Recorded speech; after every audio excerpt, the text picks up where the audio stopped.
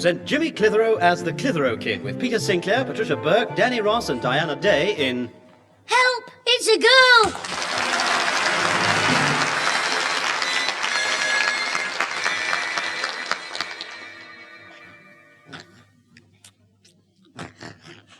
Jimmy! Are you awake? Jimmy! Jimmy, are you out of bed yet? What? Oh, heck. It's 8:15. Right, Mum, I'll get it up. Oh, where's my slipper? I'll just bang it on the floor a couple of times and I'm all right for another 5 minutes. Come on, Jimmy, out of bed. Oh, Grandad, you aren't half a noisy lot. When I was your age in my uncle's farm, I was up at 5 o'clock every morning, straight out into the cowshed. That's a funny place to have your breakfast. I was milking the cows. Cows are always milked before 6 o'clock in the morning. No wonder they look so miserable. That was no joke. I had to work very hard. Before I went to school, I had to feed the pigs and collect the eggs. Get away, pigs don't lay eggs. Come on, Jimmy, into the bathroom. All right, Dan McArcher. Tell me mother I'll be down in 5 minutes from a mangle wurzel. Oh, what a... I don't know where you get your jokes from. Honestly, I don't know which is the hardest. Getting Jimmy out of bed in the morning or trying to get him into it at night. I'll be the toast, Mother. I suppose it'll be cold before Rip Van Winkle gets downstairs. No, it won't. Well, you're getting old, Jimmy. You must have been in that bathroom for 2 whole minutes. Well, the hot water's slow coming through. While I was waiting, I cleaned my shoes. It looks as if you used the shoe brush on your face. Well, nobody can tell when your face is dirty with all that war paint you slap on it. Night cream, day cream, vanishing cream, cold cream, hot cream, ice cream. No wonder they call you a clot. All right, Jimmy, you've no time for argument. Eat your breakfast or you'll miss the school bus again. Oh, I wouldn't have to hurry if I could go to school on my bike. I've told you before, there's too much traffic in the morning. I wouldn't let him go anywhere on his bike, the way he rides it. Oh, you're just jealous because I wouldn't give you a lift to the office on my crossbar. No, I wouldn't ride on your crossbar. Oh, you wouldn't get the chance. You'd bend it. Shut up and eat your breakfast. Yes, Susan, shut up. What time is it, Grandad? It's, 22 minutes to 9. Oh, heck, my bus goes at 22. We've been telling you all morning you'd be late. I'll eat me toast on the bus. If I miss it again, Sam the Sniffer's going to keep me in after school. Sam the Sniffer? Yeah, Mr. Pringle, our geography master, he's always sniffing. He has one of them pencil things you sniff when you have a cold. He's always got it stuck up his hooter. Hey, the other day he left it on the desk while he went out and Ozzy dipped it in some pepper. When Sam came back, he took one sniff and blew his top set clean through the window.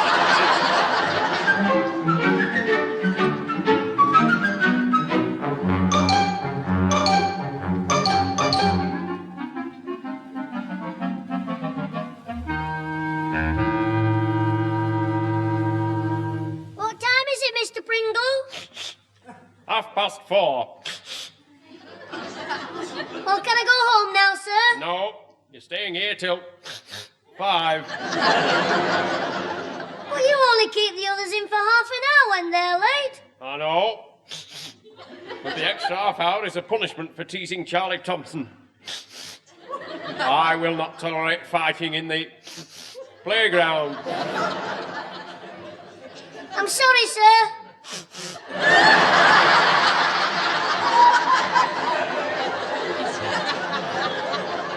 Are you crying? No, sir. Oh. Are you? I've finished, sir. Very well. Which 3 questions did you pick? Well, the first one is compare your own land with a foreign country. I picked Holland. Go on. Right. In Holland, there are canals. The people wear clogs, and it's famous for cheese. Well, that's all right as far as it goes. But, what about your own land? I live in Lancashire. It has canals, the people wear clogs, and it's famous for cheese. Very smart, Clitheroe. Tell me something about Holland that is different from Lancashire. The mountains. What mountains? The Alps. In Holland? The Alps? Yes, sir. Clitheroe, I have been teaching geography for over 20 years, and I never knew until today that the Alps were in Holland. Well, you've never done learning, have you, sir?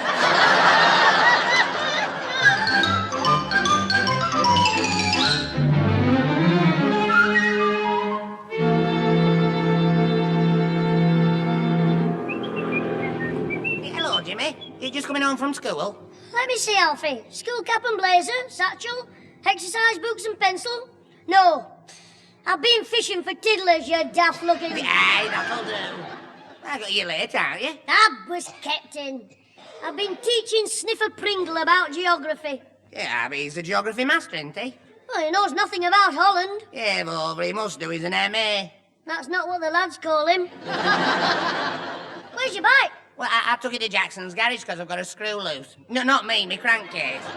And he started making sidecars for sale, Mr. Jackson, and he wants to test one. He wants me to test it for him, you see, so I'm having it fastened on my bike, and tomorrow night me and Susan are going to try it out. Don't talk, Daff, you can't snog in a sidecar.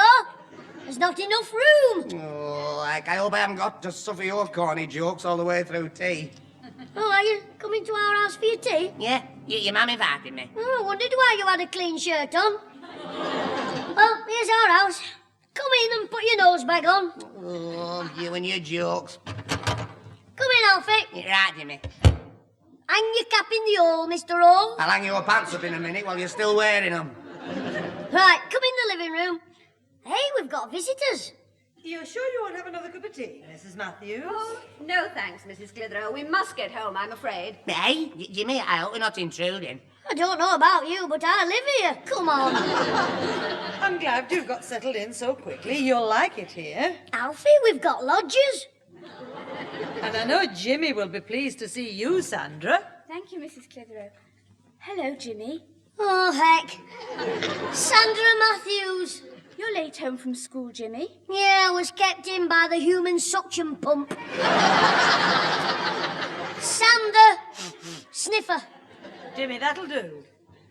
Jimmy, Sandra's moved in across the road. Yes, Jimmy. We're neighbours. That's nice. Yes, we'll be seeing a lot of each other. Not if I see you first. Well, come along, Sandra. We must be going. Come along. I'll see you to the door. Yeah, cheerio, Sandra. Cheerio, Mrs. Cheerio. Bye-bye, Jimmy. Bye-bye, Sandra. Get lost. Yeah, hey, she fancies you, Jimmy. She'll be a little playmate for you. Oh, give over. She's a girl. Yes, I noticed it. If the Black Hand Gang saw me playing with a girl, they'd use me for catapult practice. Well, that new washer should stop the tap dripping. Oh, Jimmy, where's your mother? At the front door, seeing the visitors off. Oh, hello, Alfie. You're all dressed up for a change. You going somewhere? But he is for me tea. But I'm not going. I was when I left out home because I was coming. Here. That's why now I've come. I'm not going. What was all that? He doesn't know whether he's coming or going. Yes. Give over. Yeah, I've come for me tea. What a nice family. Ah, you mean the Matthews family. She's a nice woman. And wee Sandra's nice too. Isn't she, Jimmy? Oh, she's all right. She's quite pretty, don't you think, Jim? Suppose so. Yeah, Jimmy don't like girls. Well, she liked you, Jimmy. Oh, Grandad, turn it up, will you? Don't tease him, Father. Alfie will be having tea as soon as Susan gets home. Yeah, right, Mr. Clitheroe. So you were kept in after school then, Jimmy? All right, Mum, don't rub it in. Well, it was your own fault for being late this morning.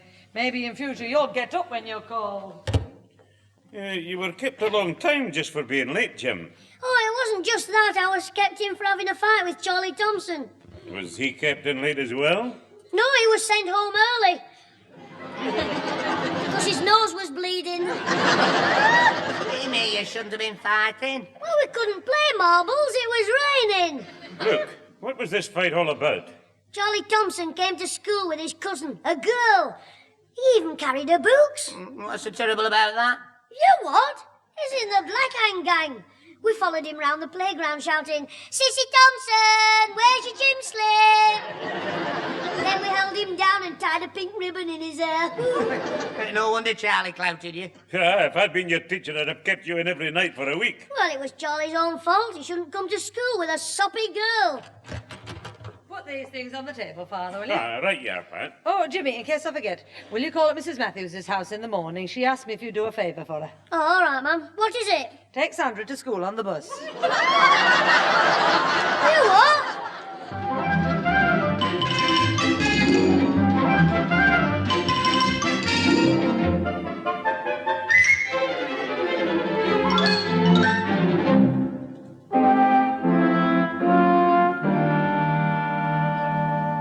Mum, I'm going to be late for school again. Don't blame me. It'll be the cane this time. I called you 4 times this morning. I know, but the first 3 times I thought it was having a nightmare. Well, finish your toast and get a move on. Oh, all right. What can I now? Don't talk with your mouth full. Oh, in a hurry. Will you stop spraying your toast all over my porridge? Jimmy, I'm going without you. I'm going, Grandad. Where's the cap? Where's what? The cap, what? The cap. It's on your head. Well, who put it up? Oh, wait. Come on, I miss my bus. All right, don't panic. I'm coming. Take your time, Scraggy Neck. My bus comes 5 minutes before yours. In that case, I've just got 5 minutes to wait. There's your bus just going round the corner. Oh, heck. Stop him. Run after him and show him your leg. He's gone. You can take your time now. Your next bus is 5 to 9. Oh, I'll be late. I'll get 6 of the best off Sam the Sniffer. Well, you should get up in the morning. I've got no sympathy for you. I don't care. I'd rather have the cane than walk into school with a soppy girl. Sandra'll be on that bus. Oh, Jimmy, I'm glad I've caught you. Did you miss the bus? Yes, Mrs. Matthews. Well, jump in. I'll give you a lift to school. Oh, thanks. Good morning, Jimmy. Oh, heck. I'll walk, Mrs. Matthews.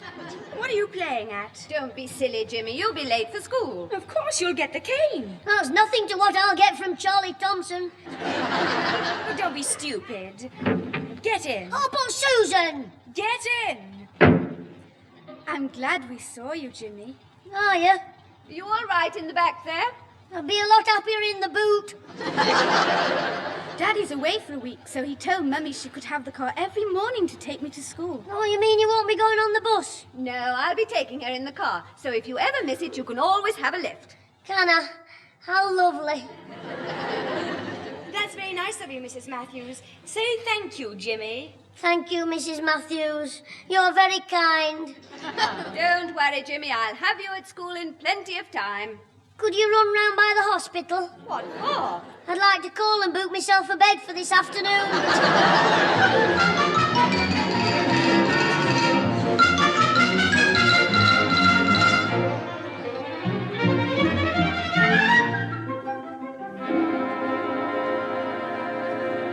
I'd better put Jimmy's tea on. He'll be here in 10 minutes.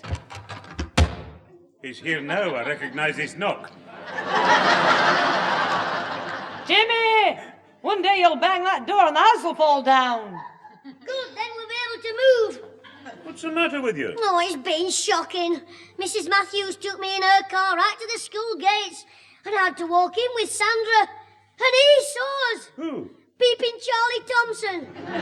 His eyes popped out like gobstoppers. Well, I suppose he got a bit of his own back. Oh, you're not kidding. You should have heard him. It's Loverboy Clitheroe and his sweetheart.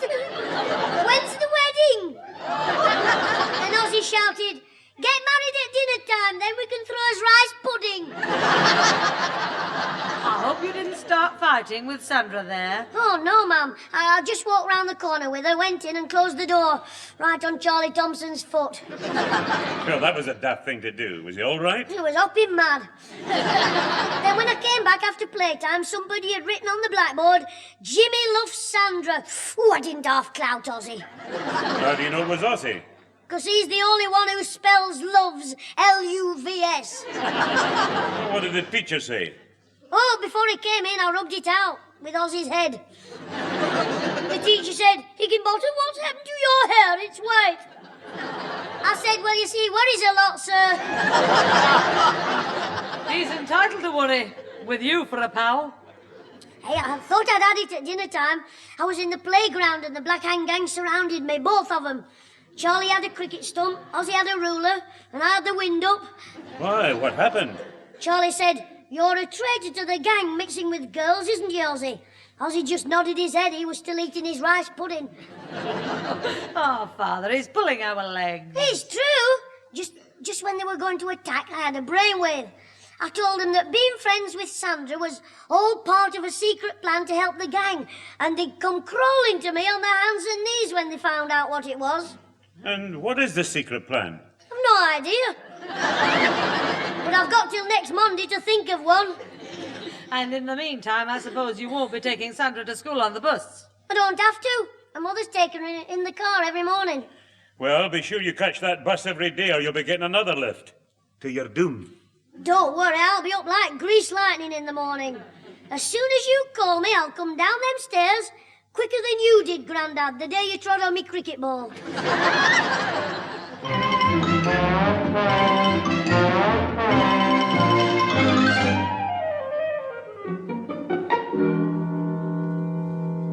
Haven't time for me breakfast, Mum. It's 8:30. But you must have something to eat. But I'll miss the bus again. I'm sorry, Jimmy, but we overslept. I forgot to wind the alarm clock up. I'd like to wind your neck up. That'll do. Susan's having to go without breakfast as well, because she's late. It's all right for her. She won't have to bend down and get 6 of the best.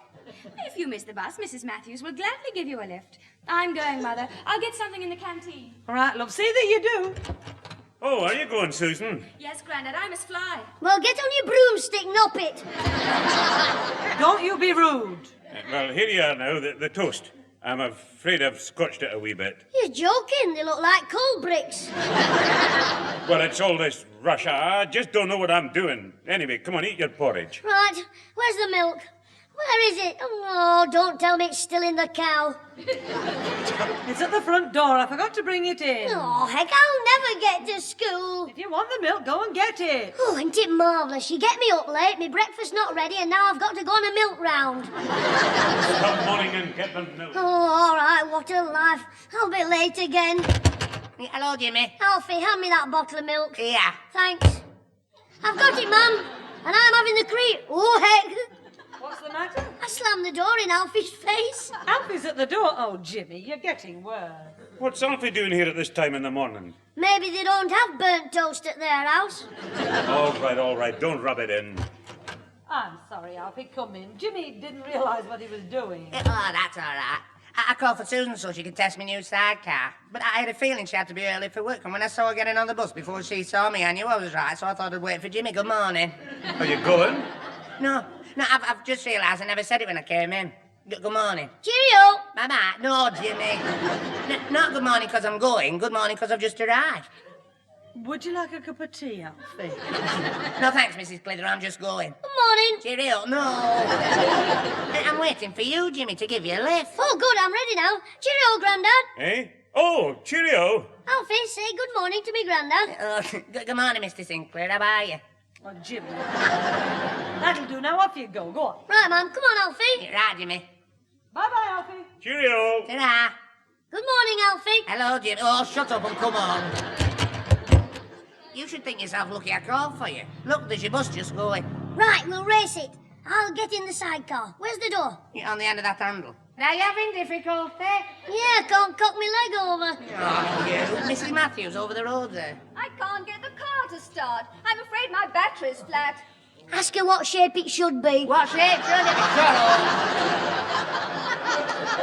Oh, is a nuisance. I was just taking Sandra to school. Oh, I see. Well, I'll take her. Oh, thank you. I'll just go in the house and get her. Oh, Alfie, you rotten thing.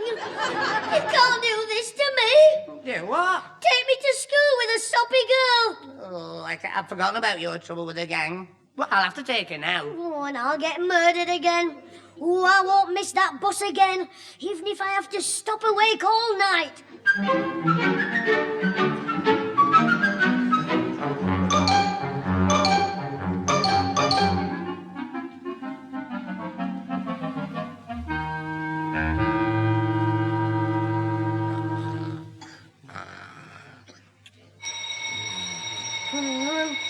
What? Hey, fire! Fire! Oh, of course, the alarm clock. What's the time? 7:30. I've made it. Come on, Jim, out of bed. You must get that bus. I'm out. I'm in again. That floor's cold. Where's me socks? Oh, yes, under me pillow. That's it. Right, slippers on, pyjama jacket off, pyjama trousers off, shirt on, pants on, tie on. Now for a wash.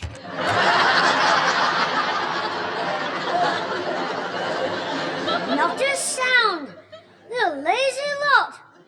Come on there, wakey, wakey, everybody up. Nobody sleeps while Jim's awake. Jimmy, have you gone mad? Come on, Mum, I'm nearly ready. And it's only just turned 7:30. I'll be at school before the doors open. You certainly will. Today is Saturday. Oh, no.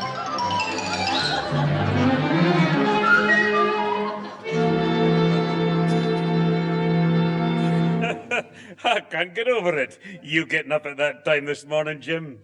All right, it's not that funny. I think it's a scream. I only wish I'd have come out of my room to see your face at 7:30. If Alfie ever saw your face at 7:30, he'd join the Foreign Legion. Now, Jimmy, it was funny. After all that's happened this week. It's all the fault of that blinking Sandra. Hope she gets dandruff in a pigtail. Oh, it's always somebody else to blame. It's never dear little Jimmy's fault. Oh, thank you, Susan. I'm glad you've noticed it. All right, let's forget it. Oh, Susan, it's 9:30. Are we going down to the shops? Oh, yes, Mother. I've got the list for the grocers. Is there anything else? Yeah, call at the chemist's. Ask him if there's any powder you can sprinkle round the door to keep girls away. Well, I know what to sprinkle to keep you away. Soap. Have you finished your breakfast, Jimmy? Yeah, Mum. I think I'll go to bed till dinner time. Poor lad, how he's suffered. He's been awake for 2 whole hours. Grandad, save your jokes for the barmaid. Don't you be cheeky. Mother, Sandra's here. Oh, heck no, I'm not in. I've joined a circus. Be quiet. Come in, Sandra. Thank you, Mrs. Clitheroe. Good morning, Jimmy. Is it? I just came over to thank you for inviting me to the pictures this morning. Yes, well, you Is your cold Eh? better? Mummy said you sounded hoarse on the phone. I'm going daft. Oh, what phone? Half an hour ago. You rang Mummy and said you wanted to take me to the children's matinee this morning, didn't you? I've been framed. This is the work of horrible Ozzy. No, it wasn't you. Of course it wasn't. Would I ask a daft soppy girl?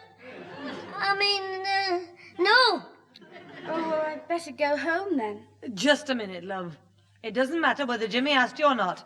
I think it's a good idea. Well, you take her.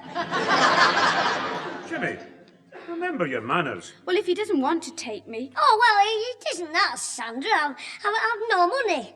You had your pocket money last night. I've no money to spare. I've got to buy all sorts. Licorice, Oh, no, we don't need any money. Well, that's just what I was going to... Hey? My uncle's the manager of the cinema, and I can always take my friends in for nothing. You mean every Saturday morning I can go in free? Yes, if you're a friend of mine. Oh, shake hands with your best pal. Hang on a minute. I just want to make a phone call to my best enemy. Now, you hurry up, Jimmy. you've slipped up here, big mouth Higginbottom. So little Oswald's playing and get jokes, is he? I'll have to clean the blackboard with him again. Hello, is that Ozzy? Listen, clever Dick. You thought you were smart phoning Mrs. Matthews, didn't you? I'm not going to get out of it. I'm taking Sandra to the pictures. Her uncle's the manager, so we're getting free seats. Put that in your trumpet and blow it. I thought you'd change your tune. Any of my friends could go for nothing, if I had any. This was my secret plan for the gang. Oh, yes, of course it was. Well, say please then. That's it. Now say, Charlie Thompson is a bigger sissy than Ozzy. Good. Starts at 11 o'clock. You and Charlie be there at 5 with 6pence each in your hand. To pay for 2 chalk ices for Sandra and me. And tell Charlie Thompson from now on he'll carry my boots to school. What are you laughing for? You'll be carrying Sandra's.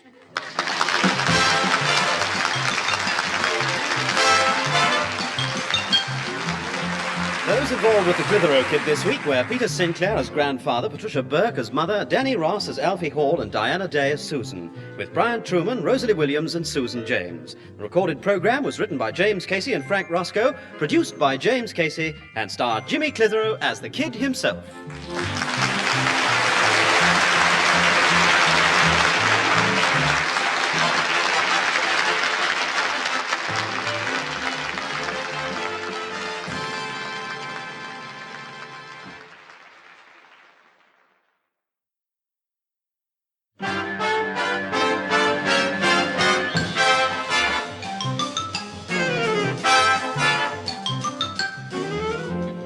Jimmy Clitheroe as the Clitheroe Kid, with Peter Sinclair, Patricia Burke, Danny Ross, and Diana Day in...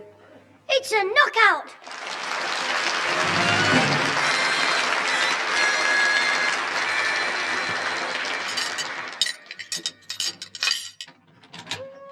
Hello, Mum.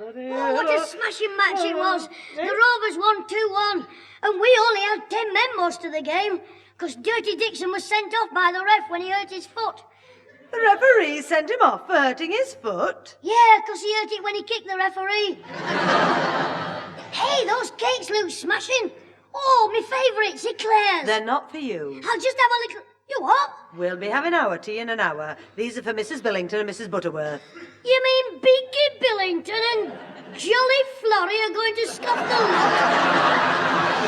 lot? Quiet. They're in the lounge. They won't eat them all. Well, just to make sure, give Beaky a dish of birdseed first. Now, don't start that. I don't want any funny remark about Beaky's nose. Mrs. Billington's beak. No. Try hooter, Mum. All right, that's it. What have they come for, apart from my cream cakes? It's about some protest meeting Mrs. Billington wants the Women's Guild to organise. She wants us to hear a speech she's written. Hey, that reminds me. Me granddad said you're going to be the boss of the Women's Guild. No, Mrs. Billington's in charge. She's the president of the guild, but, well, there is a chance I might be made vice president. Vice president? Does that mean you're in charge of the vice? Oh, very funny. Look, help me carry these things into the lounge. Bring that plate of cakes. Right, Mum. And behave yourself. Oh, Mother, can I do anything? Oh, no, thanks, Susan. We can manage. Just open the lounge door for me, will you? Well, you won't want Jimmy in there. I'll carry the cakes for you. Susan, just do as me mum said. Open the door and shut your mouth. Jimmy, I warned you to behave. You didn't mean scragging it here. You said no cracks about Beaky Billington's conch. I said her nose. Now, don't talk about it and don't stare at it. All right, I know. But it's not easy. Every time she opens her mouth, I expect her to say, pretty funny.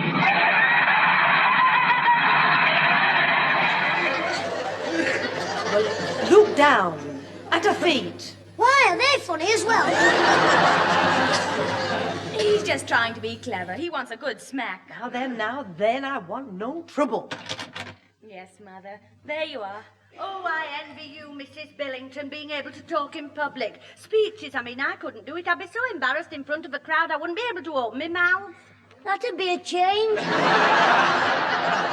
Oh, it's just practice, you know, Mrs. Butterworth. And a certain natural ability, of course. Oh, the tea's here. Yes, cake time. Get stuck in. Put the plate down and pass the ladies the sugar. Right, Mum. Sugar, Mrs. Butterworth? Yes, 3 lumps, please. How's my favourite boyfriend today? I didn't know you got one. Ginny, pass Mrs. Butterworth the sugar. Here you are. Oh, excuse me, Mrs. Billington. I can't get past. Could you move your perch, a chair? Oh, I can reach, Jimmy, thank you. How about you, Mrs. Billington? How many lumps do you want in your nose? Just one, please. Here you are. Use the tongs, not your fingers. Put it down and leave us alone. Oh, all right, Mum. Do have an eclair, Mrs. Billington. Oh, yes, I will, thank you. They're rather nice, aren't they? We don't know yet. She's not a parrot, she's a vulture. Oh, Susan, have you seen the paper? I'm reading it. Can I borrow it for a minute? No. Thanks. Let go of the paper. I only want to read the advert about the boxing match. I'll box your ears if you snatch it like that again.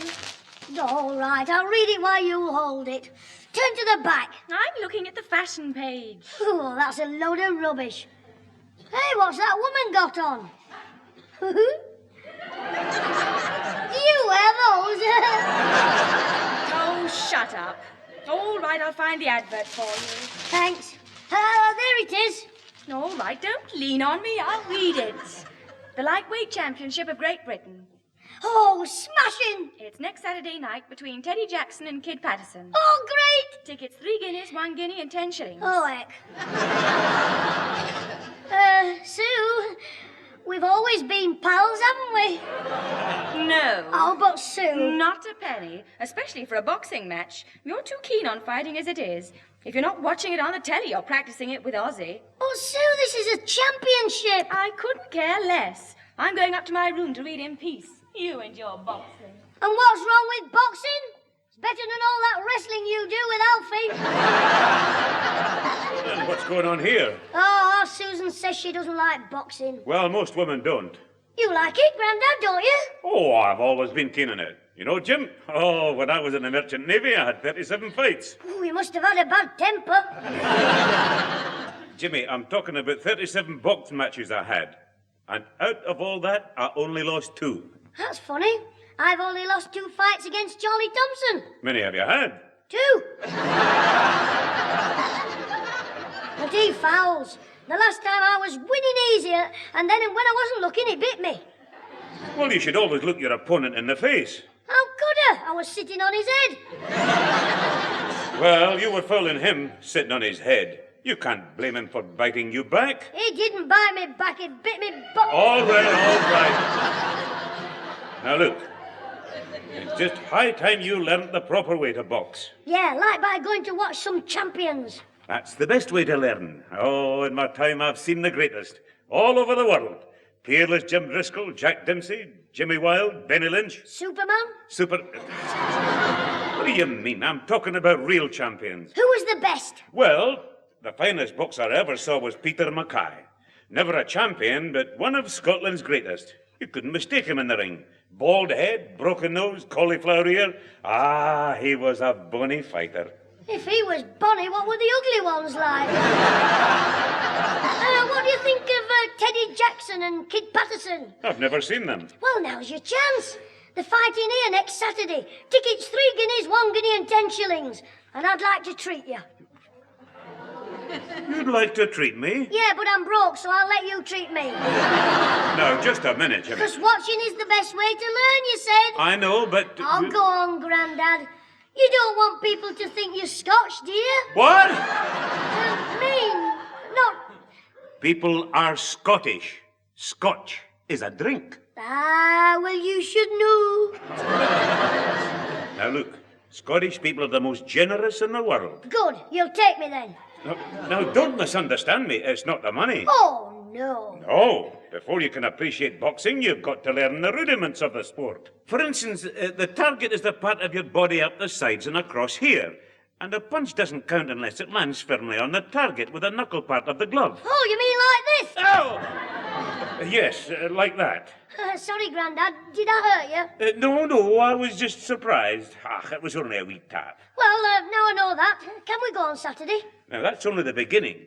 You have to learn all the different punches. Straight left, left hook, right hook, uppercut. Oh, I know them, Luke. You mean straight left, Oh! left hook, Oh! right hook, Oh! uppercut, Oh! feint to the Oh! chin, and one in the breakfast. That'll do, Jimmy. You mean you think I know the rudiments? I think you know too, Ruddy. All right. I'll take you. Good old Grandad. But you're a good teacher. Oh, the paper says there aren't many seats left, so we'd better go and see. All right. I'm going round to see Higginbotham, so I'll call in and get a couple of tickets at the stadium. Oh, smashing. Well, I won't be long, and tell your mother I'll be back in time for tea. Oh, that reminds me. I'd better go and see if I can rescue any of those cream cakes from the Women's Guild. Now, don't you go upsetting your mother now. I won't, Grandad. Ma'am, Grandad's going out to get... Just a minute, Jimmy. Go on, Mrs. Billington. Thank you very much. And so I say, it is up to the women of the Guild to make the first move to stamp out boxing, this so-called sport, which is nothing but a brutal display of animal savagery, a spectacle fit only for sadists and morons. Yes, well, that certainly makes the point against boxing. It doesn't all. It's enough to make Billy Walker take up ballet dancing.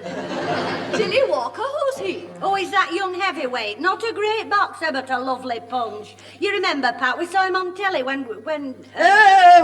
We had it on the wrong channel by mistake. Well, I take it you ladies are behind the Guild in this matter. Oh, yes, of course. Definitely, we agree with you, especially if Pat's going to be vice president. I mean... Precisely. My deputy and I must obviously work together. What are sadirists and what Mrs. Billington said? Sadists and morons are the sort of stupid fools who watch boxing. Oh, I see. They actually enjoy watching two men in a ring punching each other. Silly, aren't they? Well, I must go, Mrs. Clitheroe. My husband will be waiting for this steak. What does your husband think of you organising a protest march against the boxing? Percival? Oh, he is going to carry the banner. Oh, I always thought that was Sister Anna. Oh! Your husband's carrying the banners? He's the right one. Pardon? He's the right one, your husband. Yes. Well, I must be off. I'll see you to the door. Oh, no, I'll see myself out. These boxing people are going to learn how women can fight once we go into action, Mrs. Clitheroe. Ma'am, you're not going to box Mrs. Billington, are you? Don't be funny. I was going to say, you'd be better off fighting her husband, Percival. You beat him. I think she's right, Pat. Don't you encourage him, Florrie. Mr. Billington's a gentleman. Percival Billington? He sounds more like a cocker spaniel. Jimmy, that's unkind. Cocker spaniel.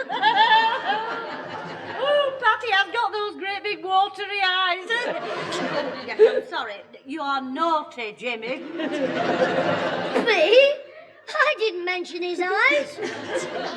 That's enough. Hey, ma'am, but you watch boxing on telly. I know, but, well, if the Women's Guild are against this boxing match, I have to support them. Why? Because she's putting up for vice president. It's not just that, Florrie. I mean, there are things wrong with boxing. I wouldn't like the Guild to think I'd let my son go, mixing with the toughs and so on, hearing the things they say and watching men being battered. No, it's not nice. Yeah, I might see Teddy Jackson knock Kid Patterson down. And then he'd get up and down again and blood all over his face. But he won't give in. Down he goes again. He goes mad, jumps up, hits Jackson on the jaw and the stomach. Left, right. And Jackson's out. Oh, I'd hate to see that. Oh, you are here, Jim. What a time I've had. Yes, come on, Grandad, they're busy. No, we've finished. Don't drag your Grandad away as soon as I see him. Aye, well, I better get ready for tea. I hope I'm not late, Pat, but there was a queue. What for? The boxing. The buses. Come on, Grandad. Mum and Mrs. Butterworth want to talk about the speech Mrs. Billington made about boxing being very bad. That's what the queue was for, boxing tickets. Fancy men queuing for boxing. That's brutal and animal-like.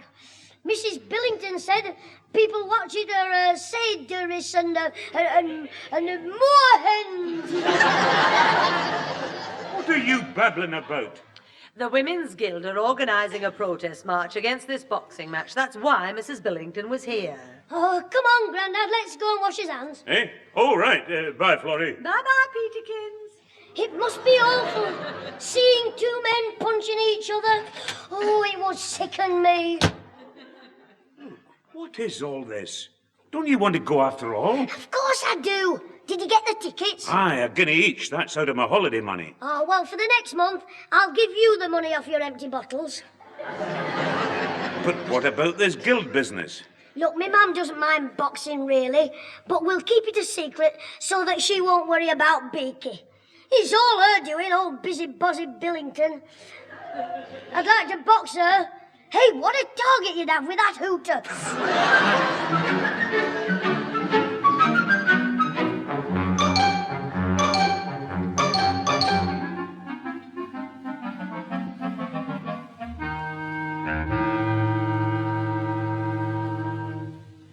Jim, son, tonight's the big night. The papers say it's 2-1 on Perry Jackson. Quiet, Grandad. Mum's in the hall. She might hear you.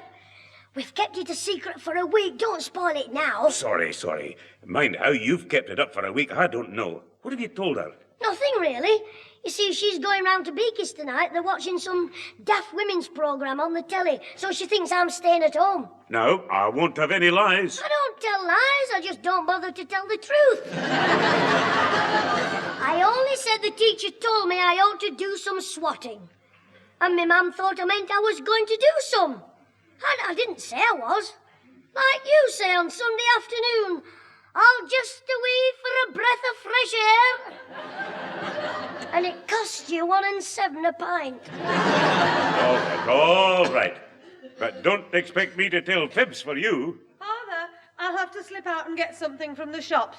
Mrs. Billington's coming round here tonight, after all. I must tell Florrie as well. No, righty-o, Pat. You are, but Mama thought you were going to her house. Well, apparently her television has broken down, so we're watching it here. Oh, but you'll be here when I go into the room. Well, yes, it is a bit awkward, you trying to study with people here, so I've arranged for you to go out.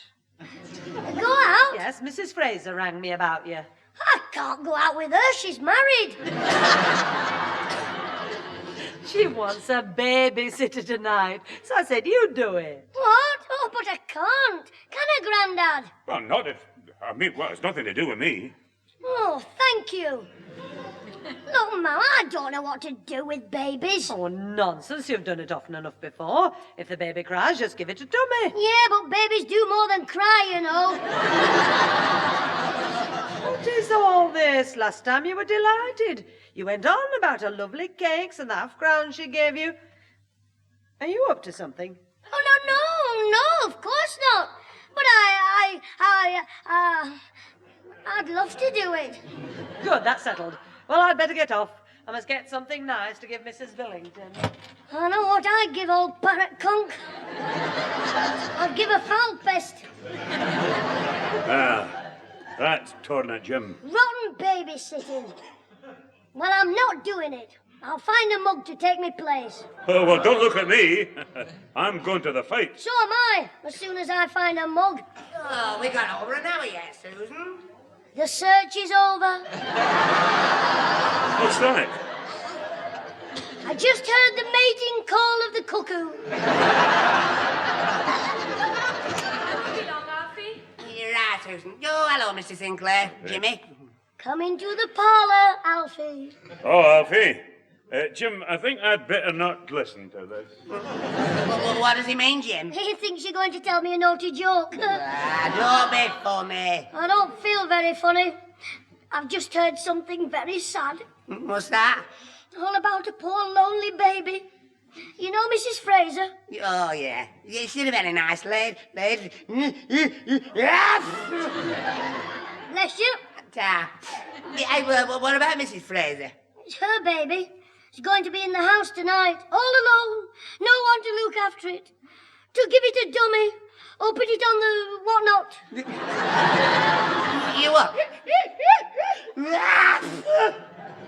Bless you. Ta. You mean they've left the baby on its own? Terrible, isn't it? A poor little baby in distress. Alfie, will you be the knight who rescues the damsel before the dragon comes? Dragon? Ah, Susan. I mean her mother. Sir Lancelot, mount your fiery steed and gallop to the rescue. Me what? Get on your motorbike and belt over to Fraser's. Oh, no, he won't. He's going nowhere for you. It's not for me. It's to help a little baby. Oh, don't tell me any of your rubbish. Yeah, now, Susan, that's not nice. Poor little baby all alone with nobody to give it his dummy or change his bottle. Give it a bottle. Give it. Bless you again, kind friend. Jimmy, does Mrs. Fraser want you to babysit? Yes, so I was... Oh, well, I thought you and Alfie could do it. You'll be on your own there. Plenty of cakes, half a crown, and all the snogging you want. 2 couches, no waiting. We're going dancing. But it'll be good practice for you, especially Alfie. I mean, you want to know how to look after babies. I mean, one day you'll be getting married and having your own babies. Well, what makes you think we'll get married and have babies? Well, what do you expect, half kittens? Oh, go away. Ah, look, Jimmy, I'm sorry. Look at that, you've got a cold. Susan, you shouldn't take Alfie dancing when he's got a cold. You'd be better off at Fraser's. We're going dancing. Alfie's all right. Look, Alfie, Mrs. Fraser likes you and the baby does. She said so. The baby? No, Mrs. Fraser. All you have to do is to sit there and if she wakes up, bounce her on your knee. Oh, Mrs. Fraser? No, the baby. We are going dancing. Oh, put another record on. Look, Jim, I couldn't help you anyway tonight. Mrs. Fraser wouldn't let me near the baby when I've got a cold. She's cranky about cold. They reckon when her husband has a cold, he's got to sleep in the garage. Oh, come on, Alfie, don't bother anymore. Enjoy yourself with the baby, Jim. Enjoy the dance, Susan. I hope something snaps in the middle of your shake. It's all right, Jim. I'm sorry I couldn't help. Don't worry, you have. So Mrs. Fraser wouldn't let anybody near the baby who has a cold, eh?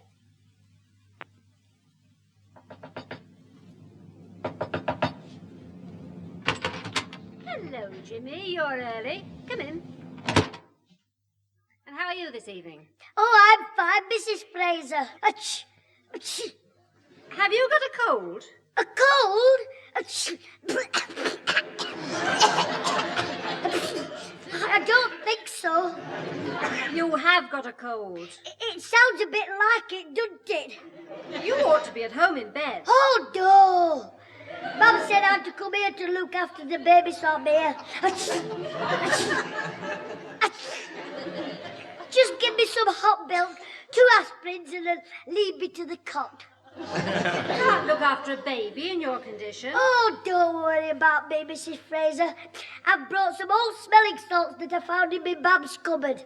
If I feel faint, they'll bring me round in no time. You don't mean you've actually been fainting? Oh, no. I haven't fainted once today. Yet. In fact...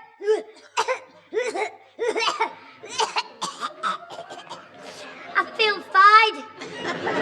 Jimmy, you must go home at once. Oh, no. I'm all right, Mrs. Why have the lights gone dim? Jimmy, you must get home to bed. Now, come on. Oh, No Mrs. buts. Fraser. No buts. It's very kind of you, but I'll get someone else. oh, whatever you say. Good night, Jimmy. Look after yourself. Oh, well, good night, good night, Mrs. Fraser. I wonder if I could get in one of them hospital programs on the telly.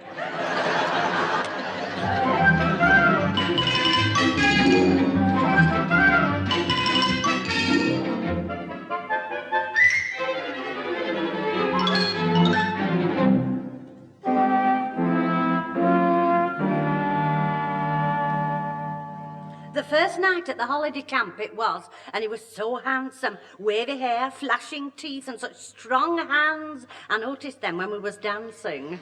Very interesting, Mrs. Butterworth, I'm sure.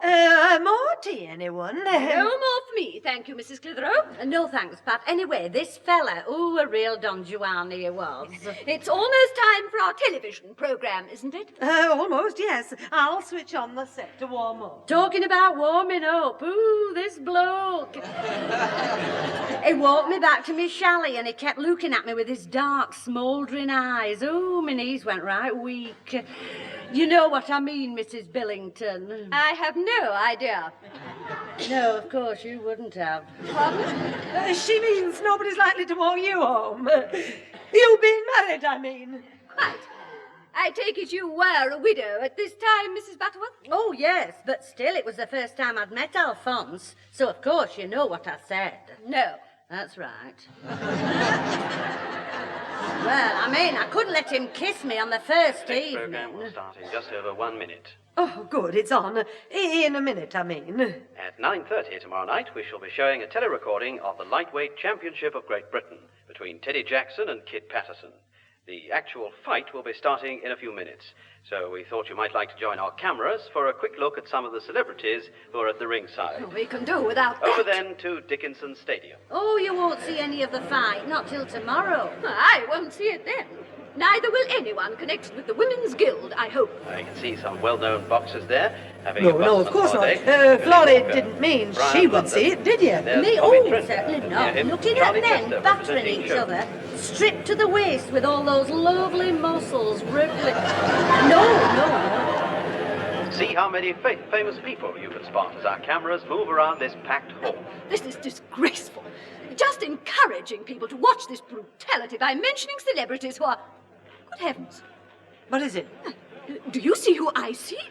Towards the back there. Is it some film star? It's your son, Jimmy, and his grandfather. Oh, no. There, look. Oh, a little twisting. Well, I don't know what will happen if the ladies of the Guild Committee hear about this. They'll hear about it, all right. Wait till I get my hands on those two. They'll get all the fighting they need for the rest of their lives.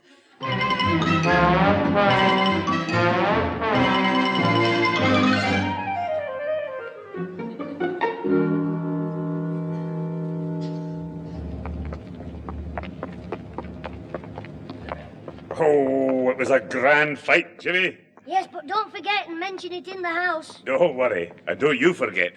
Remember, you're not too pleased with life. You've been babysitting. You're a bit miserable. And I've been to the Rose and Crown. Yeah, so you're happy. Hadn't you better sway a bit? Oh, shut up. Well, now for some more acting. Is that you, Father? Yes, Pat, and Jimmy. Oh, so you're home together, eh? Yes, sir, we walked up the road together. That was nice. Was it much trouble, Jimmy? The baby? Baby? Oh, the baby. Oh, no, it didn't give me any trouble. Do you have a nice evening, Pat? Oh, just watching the telly. It's very interesting, though. They showed preparations for that boxing match that I mentioned to you. Boxing match? What boxing match? Oh, you know, the championship that Kid Patterson won tonight. Get away, Teddy Jackson knocked him out in the... 10. I should knock you out, both of you. The camera showed the audience, and there you were, as large as life. Oh, dear. Oh, wait till I tell the lads it was on the telly. I'm sorry, Mum. Mrs. Billington saw you, so I've had my chance of being vice president. Oh, I'm sorry, my dear. I didn't think you would really mind. I wouldn't mind myself. It's just that Mrs. Billington saw you. She's bound to tell the committee about you and Grandad. Tell her she'd better keep quiet, or you'll have something to say to the committee. What about? About the bloke who was sitting at the end of our row, Mrs. Billington's husband, Percy the Spaniel.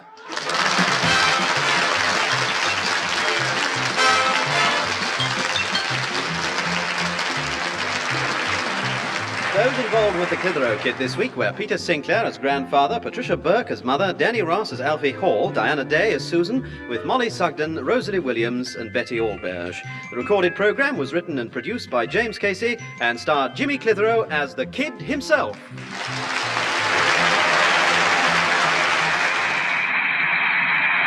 bet you're all thinking I got away with it. So did I. I mean, my mum calmed down when she knew Beaker wouldn't talk. And then Mrs. Fraser rang up to find out if my cold was better. Mum put the phone down. The bell rang, and she came out fighting. Have you ever had a right hook on your sit-upon? Oh, it's wicked. Carol!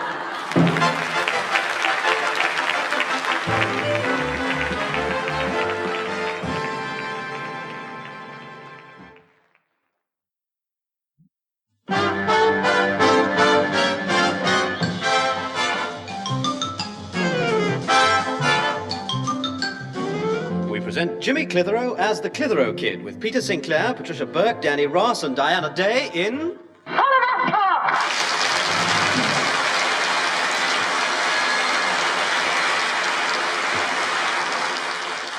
These blinking money boxes. Only make the slits bigger and give a lot of chance. That's it. Wet. And drop Susan's nail filing. She'll have to bite her nails now. She'll have a job getting her foot in her mouth. Play that night. There we are. There we are. Got one? Now, steady. Steady. Hope it's two for face. Got it. Oh, a rotten button. Well, have you been trying this? Is it? Only? Oh, man, that money is to spend on your summer holidays. Yes, well, seeing it was such a warm night, I thought to... I mean, I loaned you a shilling yesterday. Where's that? in of his stomach. At least the sweets are. He charged me a shilling to borrow his new bike. Charge you a shilling? I don't call him much of a friend. Neither do I. I only charged him a tenner to borrow my frog. A frog? Yeah, it was for a joke. To put the frog in his dad's lunchbox. When he told me, he laughed so much he nearly cried. He did cry when his dad came home. Yes, well, you'll be crying if you touch that money box again. Sorry, Mum. Could you lend me... No. Oh, well, I think I'll go and have a word with my granddad. That won't do you any good. He's just borrowed 10 bob off me. You're getting no money in this house. And dry those dishes. That's one of the things you got that shilling for last night. All right, but I think our Susan should do it as well. She's done her share. She's upstairs getting ready to go out. Put my lipstick on, Granddad, then you can have the bathroom. Oh, that's all right, my dear. I'm in no hurry. Hey, what's this your mother says about you taking driving lessons? Oh, she can't keep a secret. Secret from me? Why? Oh, no, not you, Alfie. You see, Alfie's been talking about getting a second-hand car instead of his motorbike. So I thought I'd surprise him. By the time he gets the car, I'll have passed my test. So not a word about the lessons, especially to my little brother with the big mouth. Don't worry, I'll keep quiet. How long have you been learning? A month. You see, one of the men at our office, Arthur Robbins, is a part-time instructor. He's been giving one or two of his lessons very cheaply, 7 and 6 a time. That is cheap. Yes. Well, I'm having my first evening lesson tonight. That's why I've got ready early. Well, be careful, Jimmy's in, you know. Don't worry, he won't see me. Mr. Robbins is going to wait on the corner of our road. I'll walk along to meet him. Oh, Alfie won't be coming around tonight, then. No, he thinks I'm going to see Mary Jackson, as I usually do on Tuesdays. Oh, you seem to have it all worked out all right.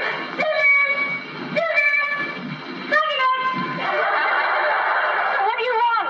There's a bloke on the phone for you. All right. Bye-bye, Grandad. See you later. Bye-bye, my dear, and good luck with the you-know-what. I wonder who this can be. I hope Alfie hasn't forgotten what day it is. She's coming now, mister. She's a bit slow because the skirt's too tight.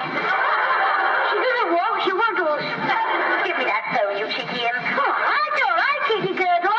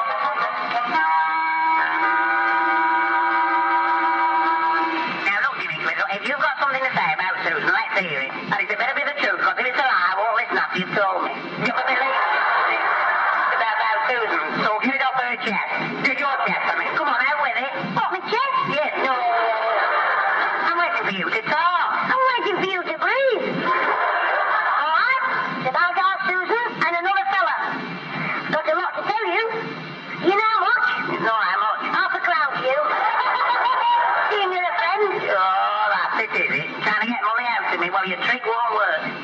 What do you mean, trick? It's the truth. Oh, yes, partly of it. You told me about the bloke who talked to her every day on the bus. Turned out to be the conductor. And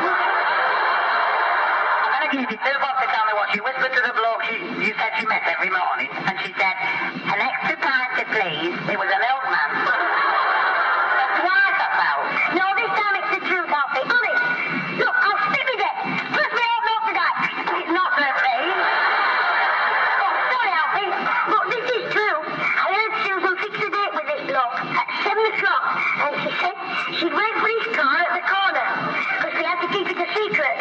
So you wouldn't know about it. You're lying again, Come with me and we'll watch for her. Oh, I don't know whether... We'll hide round the corner, then you can see for yourself.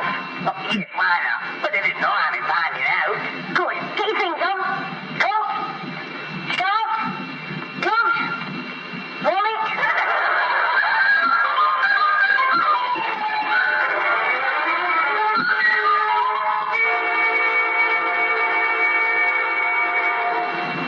That's all very well, but where is she then? Where is she? You said 7 o'clock and he's 3 after. Where is she? In the house, of course. Maybe she doesn't know the time. Well, I do. Listening to your daft stories, it's time I had my head examined. How often does the doctor do it? Once a year? Yes. Shut up and I'll pump you. Look, she said 7 o'clock. Not my fault, the late. Hey, look. There she is. Over there. What did I tell you? You can have Susan, all right. See? Maybe he phoned again and said he'd be late. Or maybe... You picnic. You are? The town clock just struck 7. We've been here since 6:30. Rob's been watching half an hour past. Excellent, well, that's funny because... Oh, now I remember. My hands were stuck together. What? You see, my glam caught on my big hand and I took the glass off to fix them, but both my hands fell off and I put them on again, but they're backwards. Calm down, Saul. Hey, look, the card come for Susan. Now was it the truth? Give us the £5. All right, yeah. Hey, do you know who he is? No, but I can find out. Would you, Jimmy? Oh, of course, Alfie. Anything for a pal? Mind I'll have to go to a lot of trouble. Staying up late to watch from my bedroom window when they come home. Asking questions. Listening at keyholes. I'll have to be like a detective. A private eye. How much? 5 bob. Give it.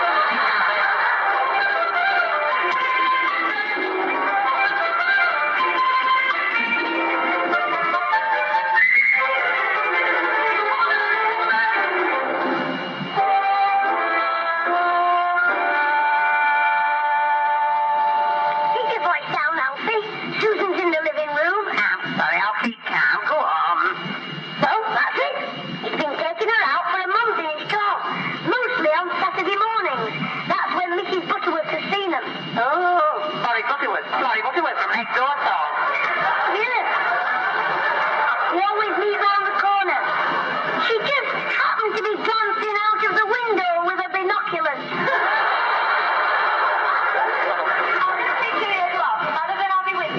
Dragonet's coming in. Now don't let on you suspect anything. Be dead natural. You know, I'll just be casual. I just popped in to say cheerio, Alfie. I've got to go out for an hour.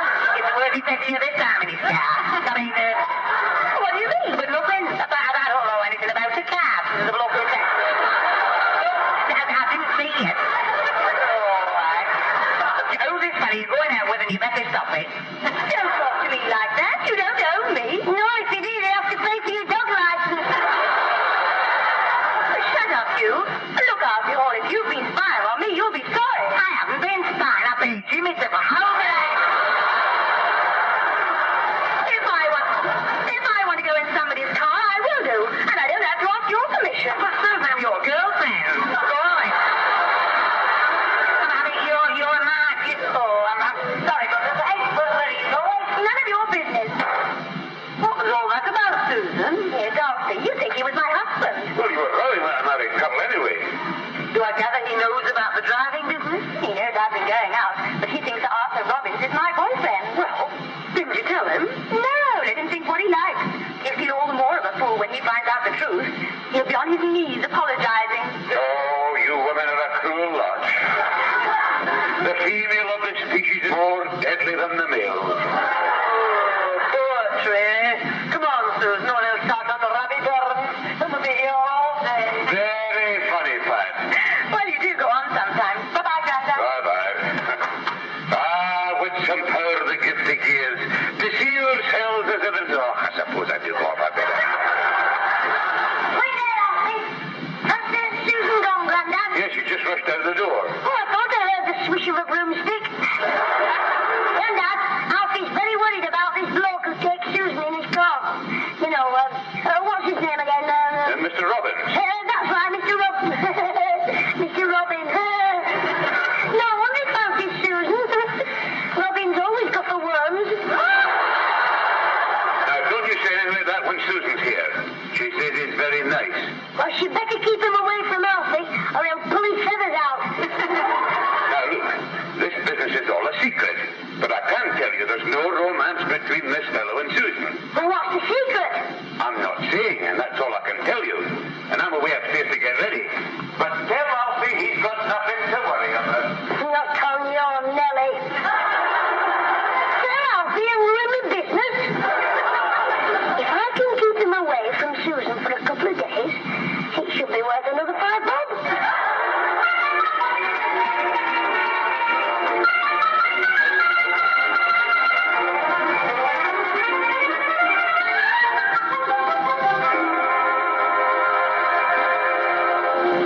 Sit down. Susan's not home from work yet. I think she's doing a bit of overtime. Oh, that blooming half, I suppose. Pardon? Alfie'd like a cup of tea, Mum. All right, I'm going to get him one. 2 sugars, isn't it, Alfie? Yes, please, and a drop of arsenic. A drop of milk. Yes, of course. What is it? Alfie, don't let on to my Mum that I've told you about Robbie Redbreast and our Susan getting engaged. All right, I will be gone. You didn't tell me they were engaged. No, I've just thought of it. I remembered it, I mean. Not definite, but I reckon before the month's out, they'll be looking for a nest. What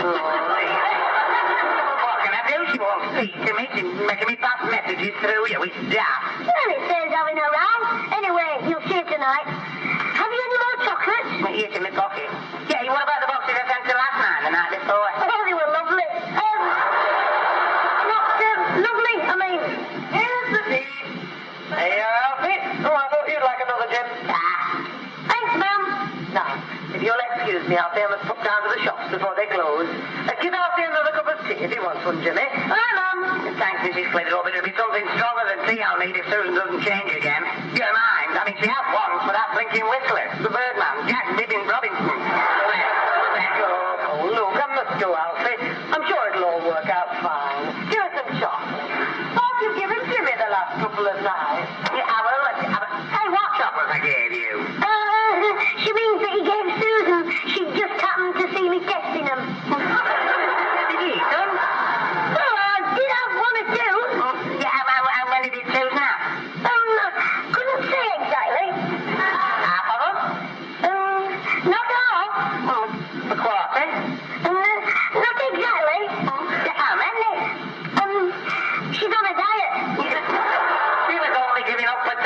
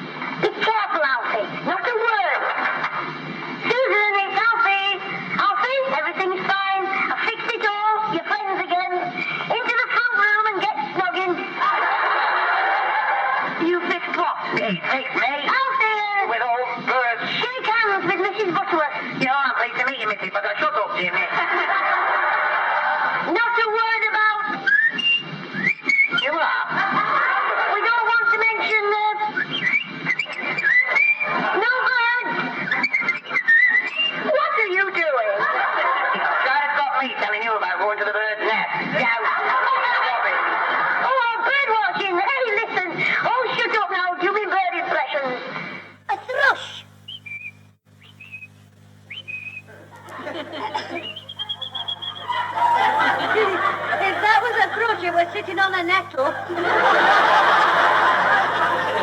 And as we reach the wood, we hear the song of the lark.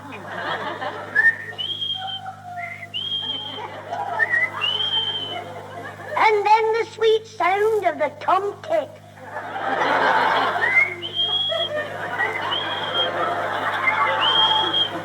Whose call is answered by the nightingale.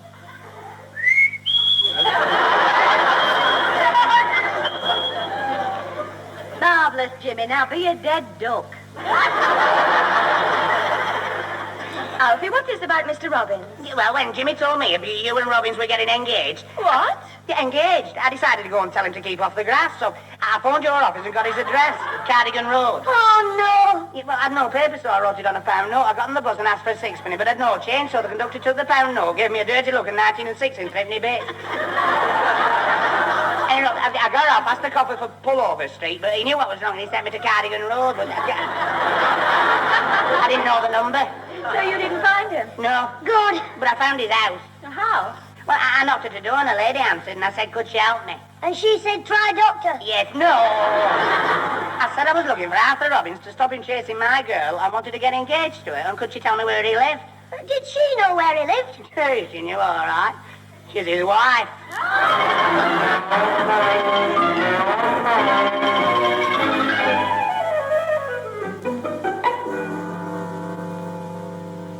Well, I think you're very lucky, Jimmy. Susan said she wasn't going to tell your mother. She doesn't need to. She's gone round to see Robin Redbreast and tell him. He'll be flying over to peck me nose off when he finds out how I started it all. And what about me granddad? He'll clout me with a caber. Well, you deserve all you get. I wonder who this is. I hope it's Ozzy.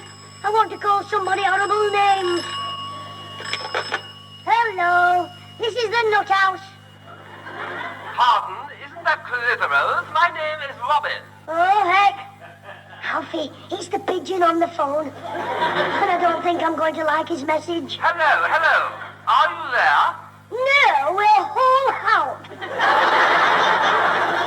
I can't hear properly. Can I speak to Mrs. Clitheroe, please, or Mr. Sinclair? No, she's indisposed. And he's Hinderclink.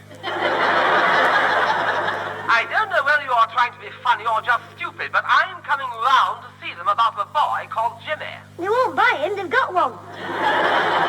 Are you Jimmy Clitheroe? You sound cheeky enough. I am the butler. No, Mr. Robbins, me granddad and my mum will be going out in half an hour, so it's no good coming over. Oh, no, I'll be there in 10 minutes. Good. Oh, goodness. What's going on, Jimmy? Got Robbins coming round in 10 minutes to see me mum and me granddad. Well, they won't be here by then. Ha! Exactly. But you and Alfie will. You what? I won't be. When he arrives, he'll look round and find me there, gone. Now, don't say you. That'll be Waiting for him. Yes, I bet. No. Oh, yes. Or I'll tell him who you are, where you live, and how you forced me to take the blame. Now, just a minute. What's in your mind, Jimmy? I just want you to do a bit of acting, Mrs. Butterworth. You were on the stage.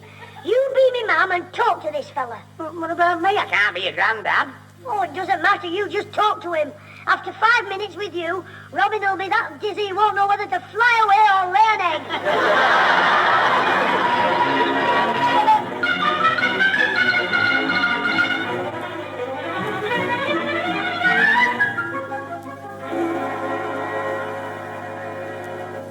I don't like this, Jimmy. Look, if I tell Robin about you, he'll peck your Adam's apple out. Now, you're supposed to be looking after me granddad who's upstairs, right? Yes, all right. And Mrs. Butterworth. I know, I'm your mother. It's a pity she's not Scots like your granddad. I've always wanted to play a Scots woman. Okay, a war the new. Do you know, Ken, my wee Ben is no to blame the new. God bless you and keep you, Mother McCree. Just let's get rid of him quick before me mum and me granddad get back. Right, Jimmy, you don't think I'm going to enjoy this?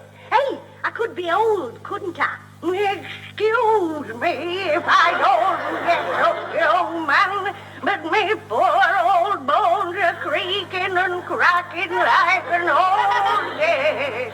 Marvellous. I'll get you on the telly as Ena Sharple's grandmother. Oh, that is here. Right, get in the front room, Alfie, and come in after Woody Woodpecker meets Flora Robson here. I'll do it, but I won't know what I'm saying. That's never stopped you talking before. Well, the cage is ready. Now to let in the dicky bird. Oh, Mr. Robin, hop in. Come in, sir. Thank you. I presume that you are young Jimmy Hooligan. I'm glad you like a joke. Come and meet too. Meet me mother, I mean. Right, after you. Oh, no, after you. Oh, that's no boy. Super late. Always the little gent. Is that so? How do you do? I have come to you with a serious complaint. Wouldn't it be better to see a doctor? I am only his mother. Mayn't I do read the teacups? And I'm a bit of a dab hand at the hoo-jar board. I am not interested in teacups or Ouija boards. Maybe he'd sooner have the cards or the crystal ball. I'll go and get it. It's under my bed. Look, I haven't come here to listen to this stupid talk. I want you to punish this cheeky young puppy. Huh, he called me a puppy. That means you're a pup's mother. And you know what they call lady dogs? They call them... So, you have come here to insulate me, have you, sir? Now, just wait a minute. You'd better watch it, my lad, or you'll be getting my crystal ball round your nut. Oh, dear, no wonder the boy behaves as he does with a mother who's a buffoon. I'm a what? He said you're a monkey. Pup's mother, a monkey? Well, I've come in, but now I'm here. I don't know what I've come for. And who are you? He's the doctor, looking after me granddad. How is he, doctor? You? Me granddad, you daft doctor. I don't know. He's not there. Hold me, lad. No, he's not with us. I mean, he's always not all there. He's not well. I can't understand it. He's had his usual 2 bottles of whiskey today. 2 bottles today? Does your grandfather drink every day? Of course he drinks every day. Is me granddad not a camel? Can't you do anything about it, Doctor? Doctor! Hold me, lad. Do anything about what? Want to stop his grandfather drinking bottles of whiskey. Well, I could give him a glass. Don't. Oh, I see. Stop the whiskey. Yeah, well, no then. I'll put him on rum. I mean milk and fruit. That's it. A glass of fruit and a basket of milk. Are you sure you're a doctor? Well, he's a vet, really, but he's cheap. Oh, I'm wasting my time in this madhouse. Oh, must you go? Won't you stay for some hot chocolate? Yes, I'll put a couple of bars in the oven. Oh, all right, I'm going. Goodbye. Well, give me your coat then, Pat, and I'll hang it up for you. Thanks, Father. Oh, I am tired. Oh, heck, quick, Mr. Robin, fly out the window. I mean, go out the back. I'll do no such thing. Well, I'll fly out the window. Oh, I'm tired for a cup of tea, Father. Oh, hello, everyone. Oh, there. And who's this, Jimmy? Introduce us to the gentleman. No, thank you. I've met all the people I want to meet in this house. What's that supposed to mean? Well, goodbye, sir. I'll walk down the road with you as far as London. Who are you, sir? And what are you doing here? I'm Arthur Robbins, and I've just had no pleasure at all in meeting this young hooligan's crazy mother. What? I wanted to see his grandfather, but he's too drunk to speak to me. Hey, don't you say I'm drunk? I said his grandfather. I am his grandfather. And I'm his crazy mother. Well, who are these people? Well, I'm Florrie. And Alfie. And I'm not feeling very well.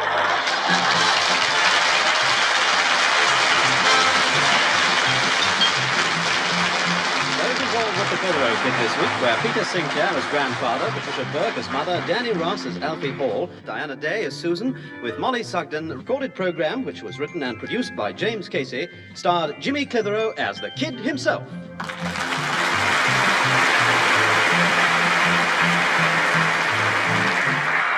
I don't need to tell you what happened, but the pain's worn off now.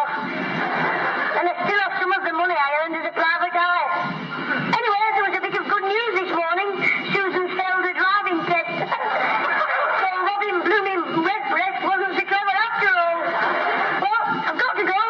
I'm practicing my bird impressions.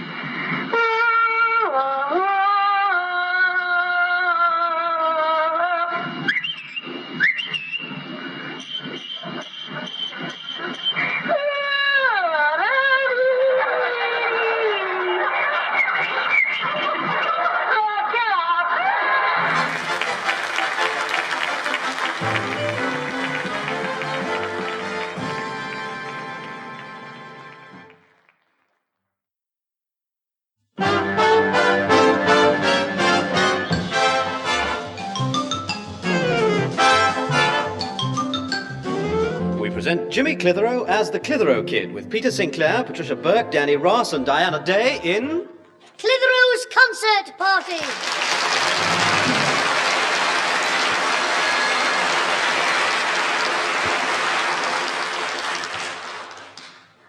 Well, I've tidied my bedroom up, Mum. You've what? You've only been up there 2 minutes.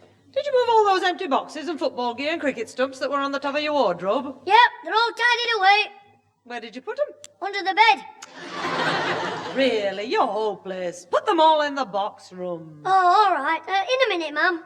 You have it done by the time I get back to the shop. Oh, all right. Hey, don't you pull funny faces when you're putting your lipstick on? By the time I get back to the shop. Let's hear you say stewed prunes. Will you stop it? I'll have lipstick all over. Oh, dear. Answer that son while I finish my face. Right, Mum. I'll tell them Madame is painting her gob. I'll give you gum. You just be polite. Right home, Mater. Hello? This is the beauty parlour. Jim speaking. What's that? Is that the residence of Mr. Peter Sinclair? No, this is his house. I mean, oh yes, he lives here. Then kindly put him on. I am Kettlewell. Pardon? I am Kettlewell. Good, I'm fine myself. What's your name? Kettlewell, Kettlewell. Yes, so the pots and pans. Oh, Mr. Kettlewell. I see. You want me granddad? If your granddad is Mr. Peter Sinclair, yes. Oh, he is, yes. Good. Right. Goodbye, Mr. Never mind goodbye. Get your granddad. Tell him I'm waiting to speak to him. All right, all right. So long as you've got plenty of change. Plenty of change? Why? 'Cause you won't be home for an hour. You little fool! Is there anyone else there? Don't shout. I'll get me Mum. Mum, will you speak to this man? Who is it, Jimmy? A bloke called Kettle. And he's boiling over. He wants me granddad. All right, leave it to me. You go and tidy those things away upstairs. Right, Mum. Oh, no, not Kettle. Kettlewell's his name. From the noise it makes, it should be kettle drum. Hello, Mrs. Clitheroe here. Ah, at last. I understand you wanted to speak to my father, Mr. Sinclair. Yes, but I gather he's out. Yes, for an hour or so. Could I take a message? Well, I run the Happy Wanderers concert party. The Happy Wanderers? Yes, and your father has some money for us, I understand. Fee for a show we did 2 weeks ago for the old age pensioners. Mr. Wood was the organiser. Oh, the choir master. And my father has your fee. Well, so Mr. Wood said. Well, they've booked us for a return engagement there tomorrow night. But you can tell Mr. Sinclair he'd better get that money over here tonight or they've had it. I beg your pardon? Just tell him there'll be no performance tomorrow unless I get the fiver he owes me tonight. I don't like your tone. I assure you, if my father has some money belonging to you, you'll get it. Good. And never mind my tone. Just remember my name. I will, Mr. Kettledrum. Well, of all the cheek... Oh, dear. I called him Mr. Kettledrum. Oh, well, Jimmy was right. Oh, now how can this be? I'm never going to get to the shops before 6. Hello, Mrs. Clitheroe. Oh, Alfie, come in. You're an early bird this evening. Well, I've come for the worm. But for Susan, I mean. I'm not early. But it's only 5:30. That's right, 5:30 on the dot exactly. I don't be late tonight because I was late last Thursday because I thought Susan worked late on Thursdays, but it's Friday she works late. And tonight's Friday. Exactly, so that's why I got to you at 5:30 and I've done it wrong again, haven't I?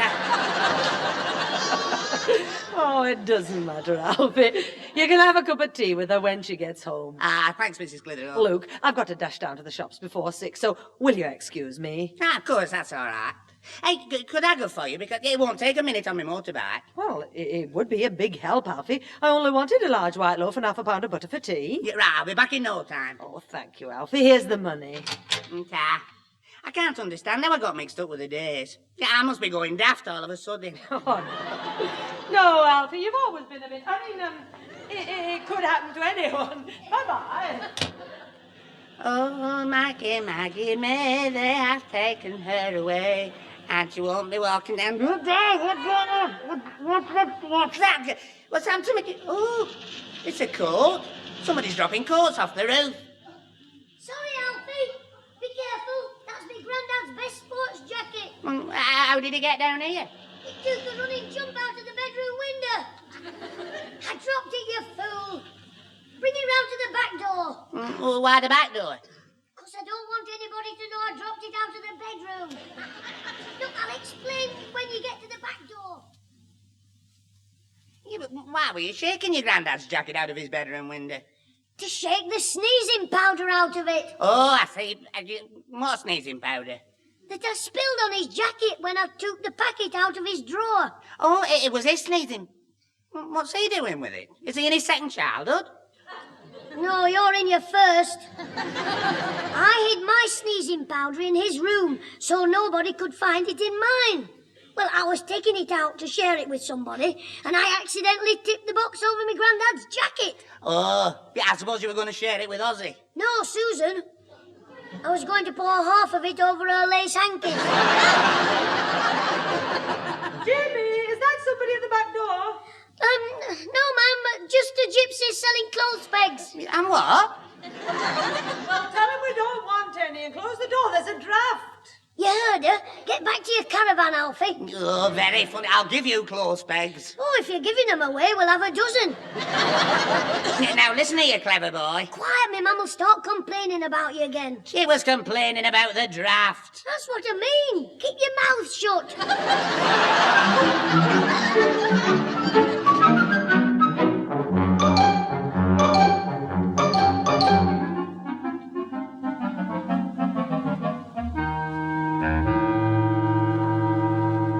Oh, it's no good, Pat. The money's not in the living room here. No, you're right, Father.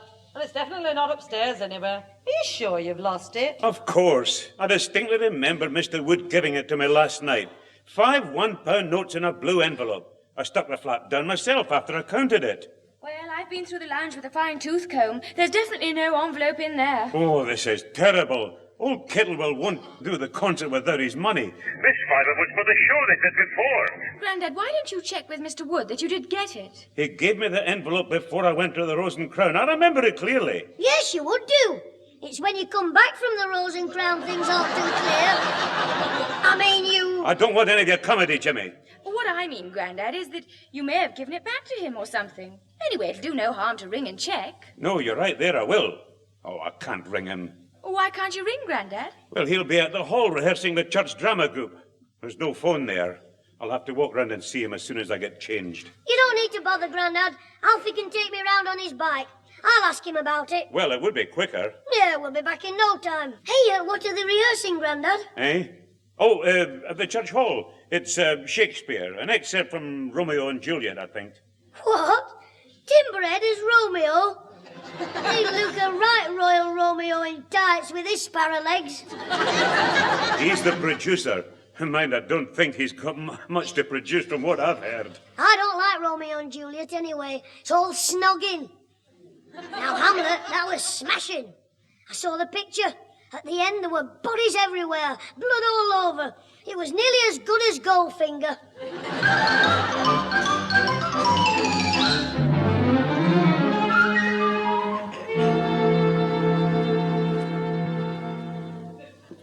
There's Mr. Wood, Alfie. It were? On the stage there, talking to that big fat bloke who's dressed as a woman. He keeps pulling at his corsets. Oh, heck. It isn't a bloke, it's Fatty Eccles. Come on. While we're waiting for Romeo, Mrs. Eccles, could you try that speech again, my dear? Very well. Romeo? Romeo? Wherefore art thou, Romeo?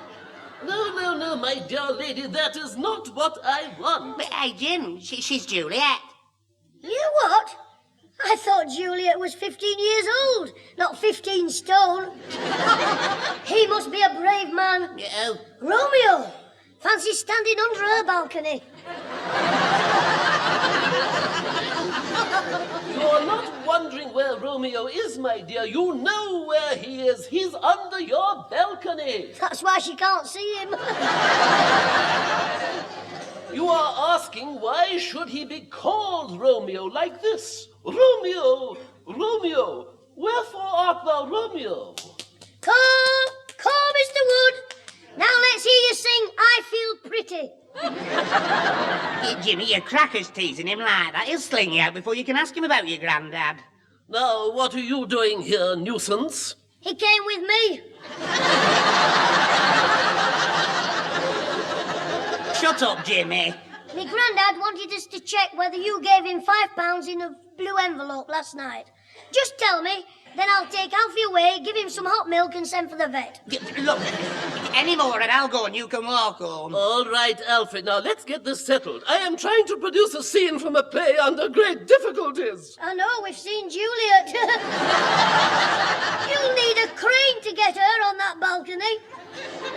Hey, Mr. Wood, how much longer have we got to hang about waiting for you? I'm coming. Is that the stage manager, Mr. Wood? No, I'm afraid that is Romeo. Look, did you give me Grandad the money for Mr. Kettlewell's concert party? Yes, last night, £5 in a blue envelope, which he counted. Are you sure he took it with him? Yes, he put it in the inside pocket of the green sports jacket he was wearing and left. Well, that's it then. I mean, if it... Hey, that was a jacket you dropped on my head in your front garden. I know which sports jacket he's talking... Oh, heck, Alfie, the envelope must have fallen out of the pocket. Well, if it hasn't blown away, we might still find it in the garden. Well, something will be found in the garden. Either his envelope or my body.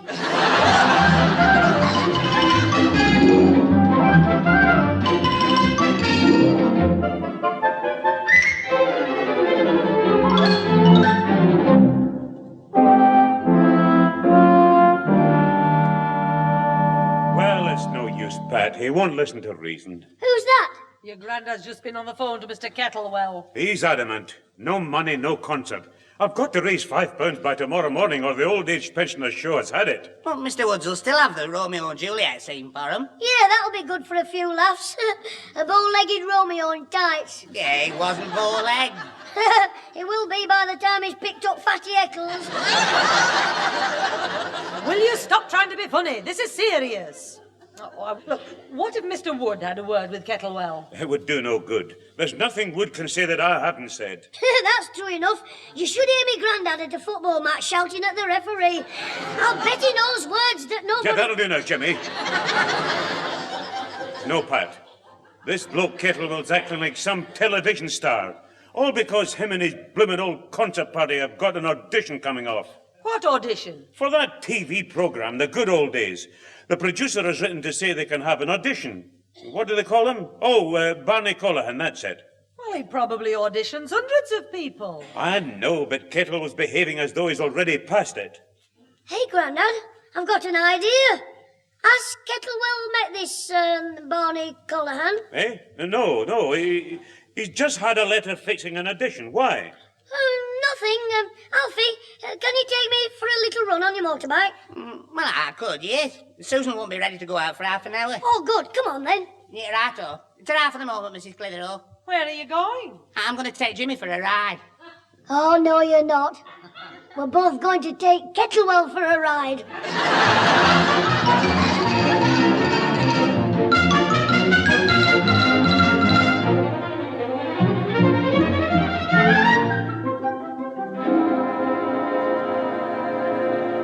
Oh, me daft. Kettlewell won't believe I'm Barney Corleone. On. Why not? He's never seen him. He's only had a letter. If you say you're a television producer, how would you know it's not true? Oh, no. On second thoughts, if you say it, he would know. I'll say it. You just nod. Yes, what is it? Are you Mr. Kettlewell, the man who was at the concert party? Yes, what about it? This is the right place, Mr. Colohan. Mr. Colohan! Hold me, folks! Sorry, I thought it was the step, Mr. Colohan. Did you say Mr. Colohan? Yes, sir. You are the man who got the letter about the audition from Mr. Colohan, aren't you? Yes. Well, he's got something to tell you.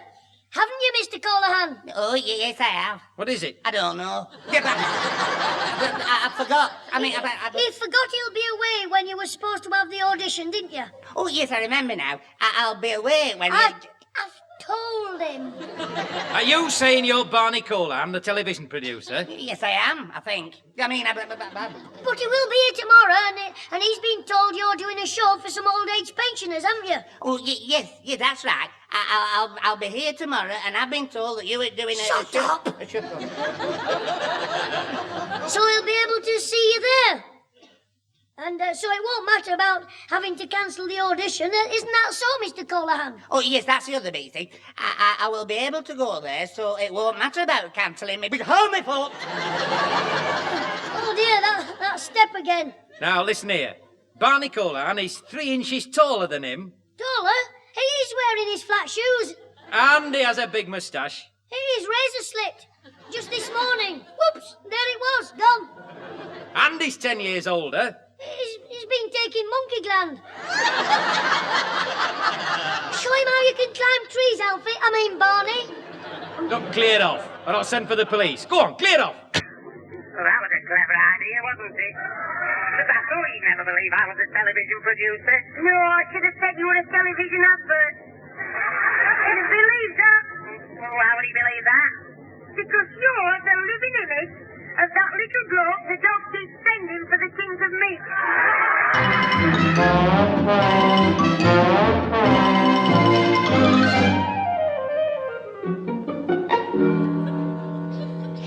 It's too late now. I'm taking Susan out in a few minutes when she's ready. Anyway, there's nothing else we can do. We haven't got £5, and even if we had, your granddad wouldn't take it, because he lost it, so he's got to put it back, only he didn't, and he shouldn't, and you should, because you did, so he's had it. You got it? What? I don't know, but I hope he didn't catch him. Hey, now, don't you be cheeky. I've done my best to help your granddad. I'm sorry, Alfie, but it's not only my granddad who's in trouble. It's the old people who won't have a concert, all through me. Well, it was an accident, Jim. Any road, maybe old Kettle Thing's concert party wasn't so good? No, I'll bet we could put on a better... Alfie, I'm a genius. I'm brilliant. I'm a marvel. You're a nutcase. We'll put on a concert party.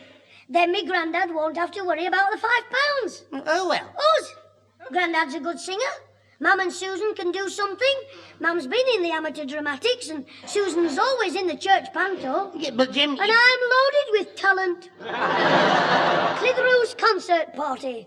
Mum and Susan first, singing one of them songs that's on me mum's records. You know... The Beverly Sisters. That song as well. Sisters? They'd never do it. Yeah, anyway, there's 3 Beverly Sisters. All right. So you can wear one of me mum's dresses. And I'll help you to get the high notes with a tuning fork when you bend down. Blooming hard. Oh, but they could sing, Alfie. I'll bet you Susan would do it on one condition. What's that? That you were the third sister and the Black Hand Gang were watching you. Hey, I can just imagine it. Sisters, sisters, they were never such devoted. Sisters, there were never such devoted sisters. Never had to have a chaperone, no sir. I'm there to keep my eye on her. Those who seen us know that not to think will come between us. Many men have tried to split us up, but no one can. Nobody can. Lord, help the mister who comes between me and my sister. And Lord, help the sister who comes between me and my man. Who comes between me and my man.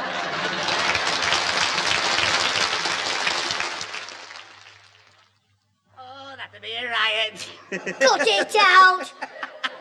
Stop laughing at your own jokes, as your father said to your mother when the stork brought you.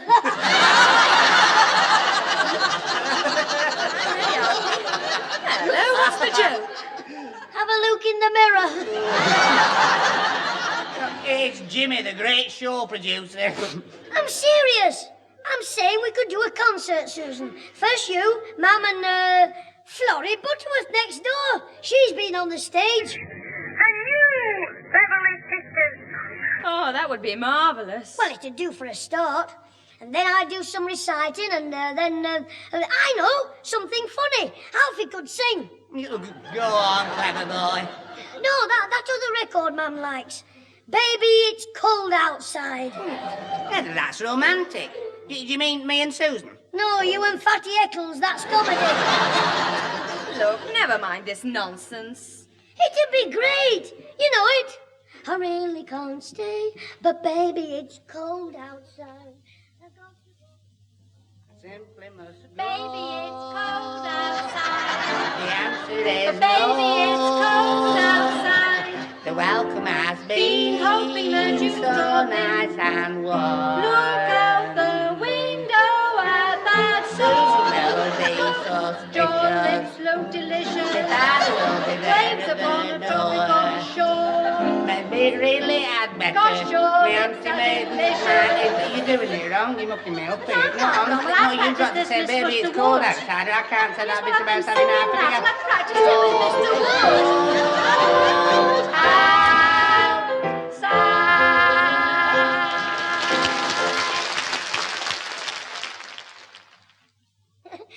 Now that'd be a riot.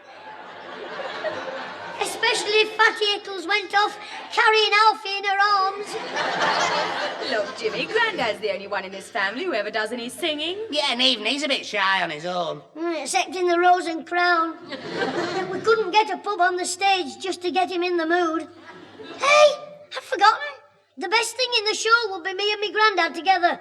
Doing what? Doing Some of the jokes of him needed at the school concert. And finishing with the song Grandad and me learnt for Burns Night. Yeah, I didn't know you sang a duet on Burns Night. We didn't. We practiced it. But Grandad started celebrating the night before. When Burns Night came round, Grandad couldn't. He just lay in his bed singing the Piper's Lament. What song was it you learned? Not moments. It starts off with some jokes, as I said, like Morecambe and White on the test. C-A-C-A-B.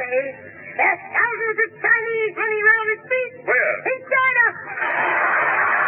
I don't wish to know that. Kindly leave the human race. A-C-A-C-A-B. I have a brother in America and they put him in jail. Sing, sing. Yes, and then we'll dance.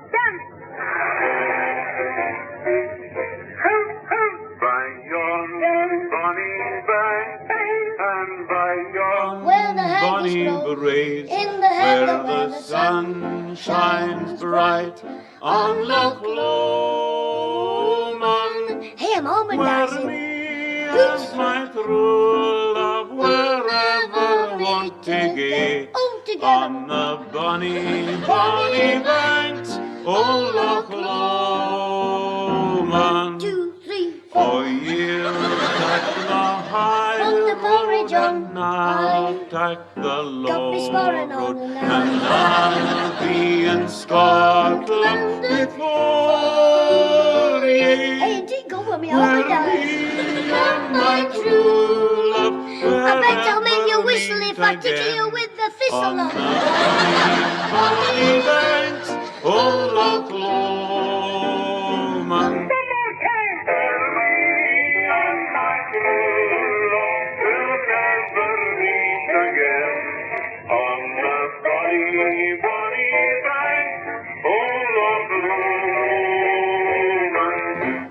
It's a broad break, moonlight, neck to neck.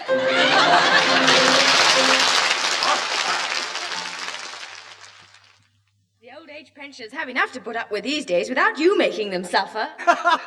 Hey, that's a good one, Susan. She can talk. What about the church panto when she was Cinderella? She was very good. You what? She was that rotten, Prince Charming married one of the ugly sisters.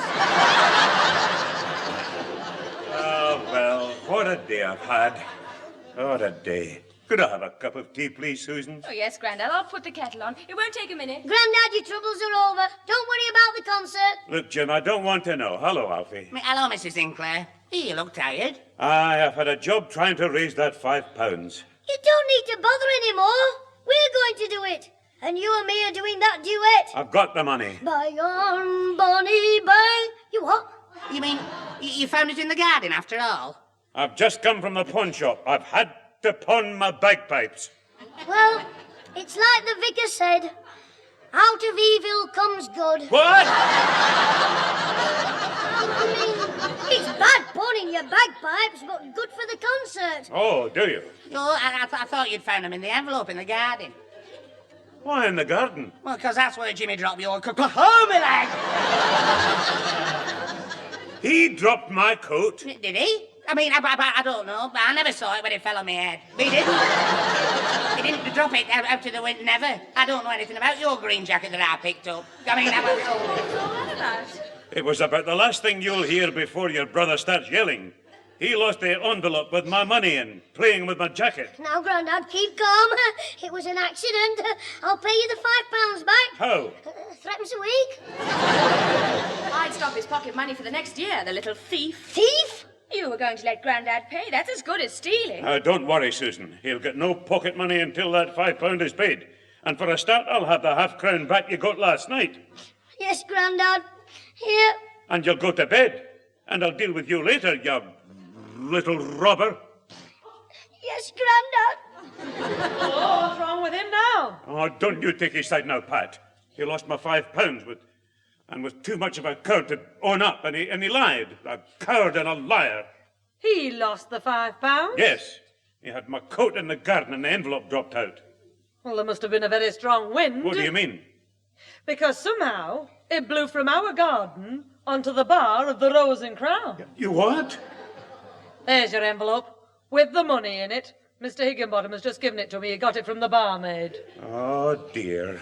You might well say, oh dear. Oh, I'm sorry, son. I should think so.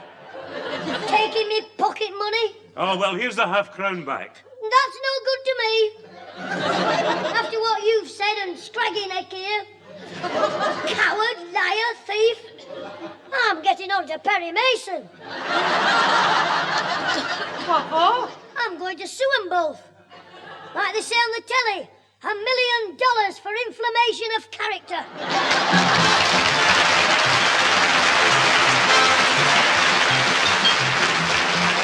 Those involved with the Clitheroe Kid this week were Peter Sinclair as grandfather, Patricia Burke as mother, Danny Ross as Alfie Hall, and Diana Day as Susan, with Jack Watson, Betty Alberge, and Fred Gaunt. The recorded programme, which was written and produced by James Casey, starred Jimmy Clitheroe as the Kid himself.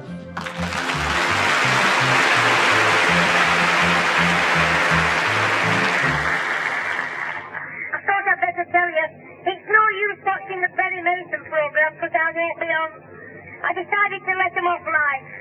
Instead of $1 million, who's settled held of court? For 4 whipped cream walnuts and a bottle of dandelion and burdock. Hello!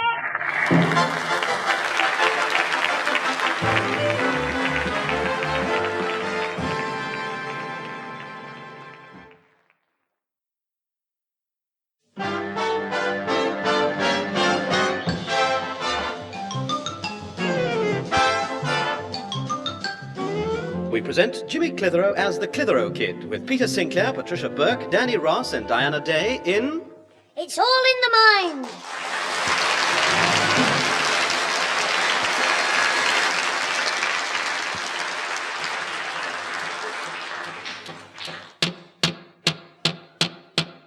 Come out of the shed, Ozzy, I want you. Ozzy, come out. It's Jimmy. Hey, little pig. Come out or I'll blow your shed down. What do you want, Clitheroe? Oh, it's you, Mr. Pig. Mr. Higginbottom. I thought you were Ozzy. Well, I'm not Ozzy. I bet you're glad. What's that? Glad you're his dad. All right, what do you want? I want to see Ozzy. Well, you can't at the moment. Well, I'll go in the house. You will not. Well, can he come out? Not at the moment. Well, when's visiting day, Warden? Don't be clever. He's having a bath. Why, is he going to the doctor's?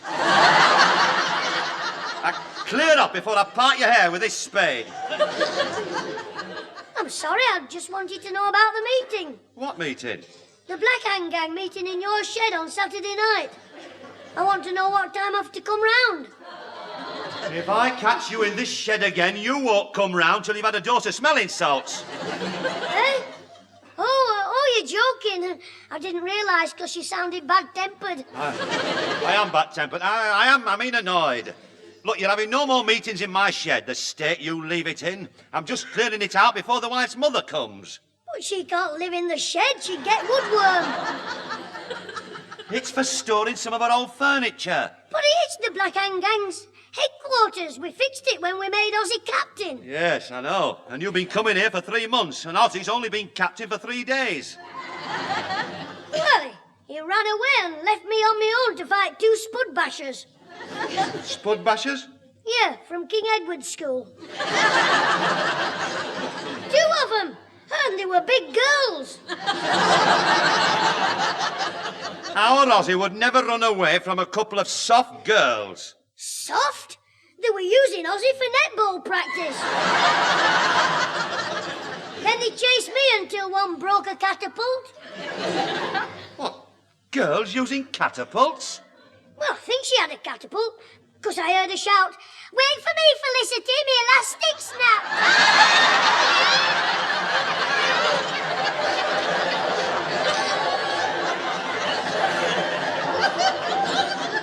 Well, never mind that rubbish.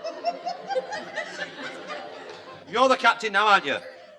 Yes. Well then, have the meetings at your house in future and let your lot suffer for a change. But me granddad won't let us use his garden shed. He keeps it clean. That does it. Now clear off, I'm busy. I've got work to do. But Mr. Higginbottom. Out before I turn nasty. You turned nasty the day you were born. Oh, heck. Well, I may as well go. I've had it if I don't fix the meeting. They'll make Charlie captain. And I'll never get me mum out of our house on Saturday night. Hello there. Hello, James. Oh, it's all wooden top, the church organ grinder. Hello, Mr. Wood. Hello, James. Been visiting your little friend? No, me big enemy, Ozzy's dad. Oh, Mr. Higginbottom, yes, I know what you mean. I'm going your way. I'll walk along with you. All right, you are. Well, how's the organ and choir business going, Mr. Wood? Sung any good hymns lately? Now, James. As a matter of fact, I've had to neglect the choir somewhat. I'm appearing at the Empire Theatre every evening this week. What has a bingo caller? Oh, very amusing. As a matter of fact, I am conducting for the Amateur Operatic Society's musical, Guys and Dolls. Oh, very exciting, lovely songs. If I were a bell, I'd go ding-dong, ding-dong, ding. I think the bell's a bit cracked. Hey, did you say you're doing this every night of the week? Yes, and the matinee on Saturday. Oh, so, your flat will be empty every night? Oh, yes, of course. Oh, that's dangerous. I mean, burglars might get in. Burglars? Yeah, especially on Saturday night. That's the worst. I'll tell you what, me and my pals will mind it for you on Saturday. Make sure it's safe. I think I'd rather have the burglars in. Anyhow, my landlady is more than a match for any burglar. Mrs. Trotter is quite a determined lady. Yeah, but Mrs. Trotter might pop out for a gallop. I won't, I mean. No, thank you, James. My flat will be quite safe. Oh, heck. I suppose your mother is in now, is she? Yeah.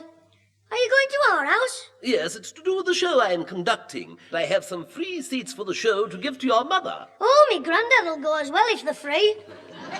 You as well, I hope. I have 4 free seats for Friday evening. Oh, well, they'll all... Friday?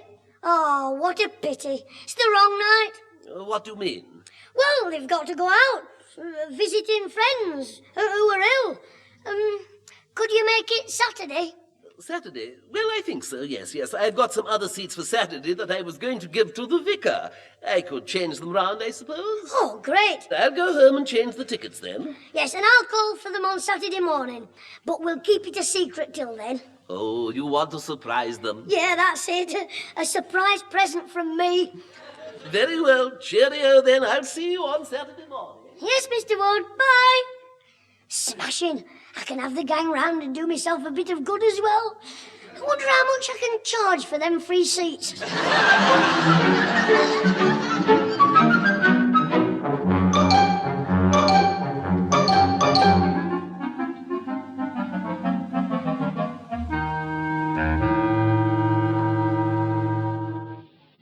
The rain in Spain goes rushing down the drain. The cellar's flooded. Come on, Jimmy, now. Away from the table. I'm putting animal pictures in my album. I don't care what you're putting in. Now move your album off the table. I'm going to clear the dishes and wash up for your mother. Hey, watch it, Grandad. If you're not careful, Mum'll have you scrubbing the step, and I'll be calling you Granny. You're the one who'd better watch it. Now come on, find something else to play with. I can't. I'd go down to the church club if I had a table tennis bat. Now, don't start that again. We've no money to spare for table tennis bats. Well, give me one for my birthday. Oh, your birthday's months away. Well, you're always asking me Mum for a sub until pension day. I'll do the same with my birthday. Look, let it drop. You're getting no table tennis bat. Now come along, move your things off the table. Oh, just a second. I've only got 2 more pictures to stick in my album. Hey, is this a baboon? They're funny, aren't they? That one must sit down a lot. Why? He's worn all the fur off his sit-upon. Hey, our science teacher said when a baboon blushes, it goes red all over. Yes, I know. Now, I'll just put the album flat and move these cups. I'm not in your way, am I? Look at that. Stop jerking the boot, Grandad. You've made me spill glue on the tablecloth. I did not. Watch it. My album's in the glue now. Father, if you finish clearing away the... Oh, you haven't started yet, I see. Oh, I was just doing it, Pat. Now, come on, Jimmy. I'm still waiting for you to move your things. Well, I like that. Oh, it's all right. I'll clear away myself. Now then, Pat, I said I'll do it, and I will. I'll have these dishes cleared in 2 shakes. Here, Jimmy, take this album. Look out, it's stuck to the tablecloth. You did it in 1 shake, Grandad. I'm sorry, Pat. Jimmy and his blinking glue. I'll clear it up. All right, Father, leave it to me. Jimmy, go and see who's at the door. Right, Mum. Hey, Grandad, I've just remembered where I saw that tablecloth trick done before. Tommy Cooper did it. I'll show you a trick, my lad. Sewing a boy in half. I thought that would have made him laugh. I hope this fella at the door isn't selling anything. Grandad's not in a buying mood. Oh, hello, Jimmy. Oh, what a carry on I'm worn out. Oh!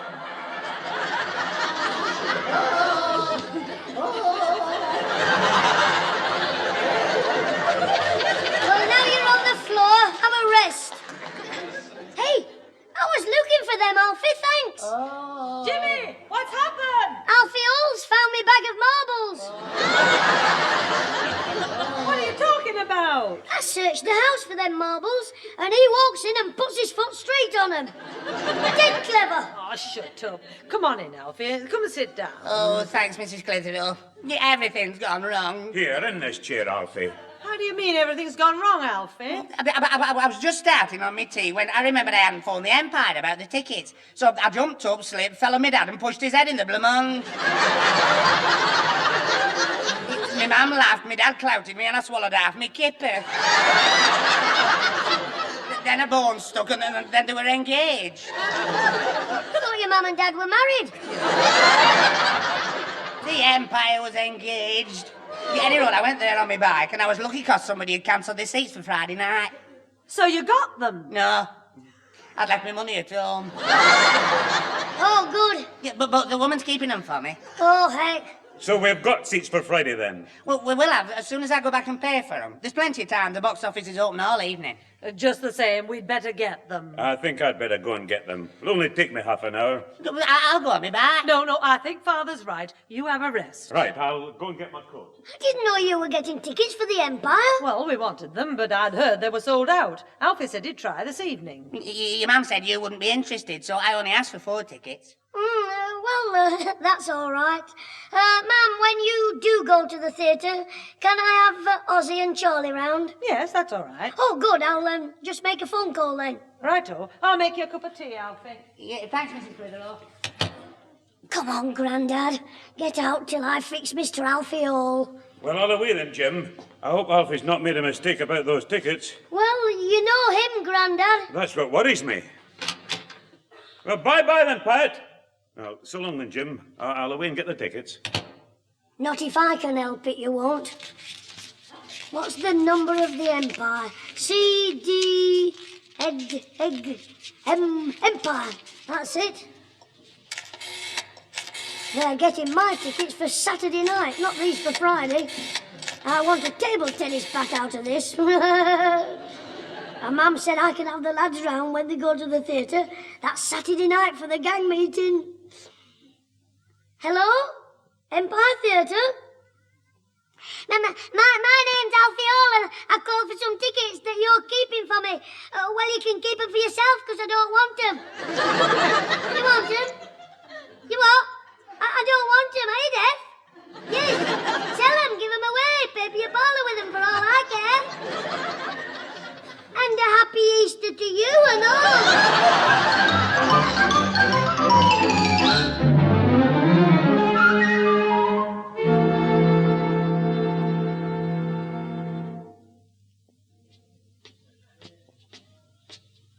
Oh, what a beautiful morning. Oh, what a beautiful Saturday. I've got a beautiful feeling. A table tennis match coming my way.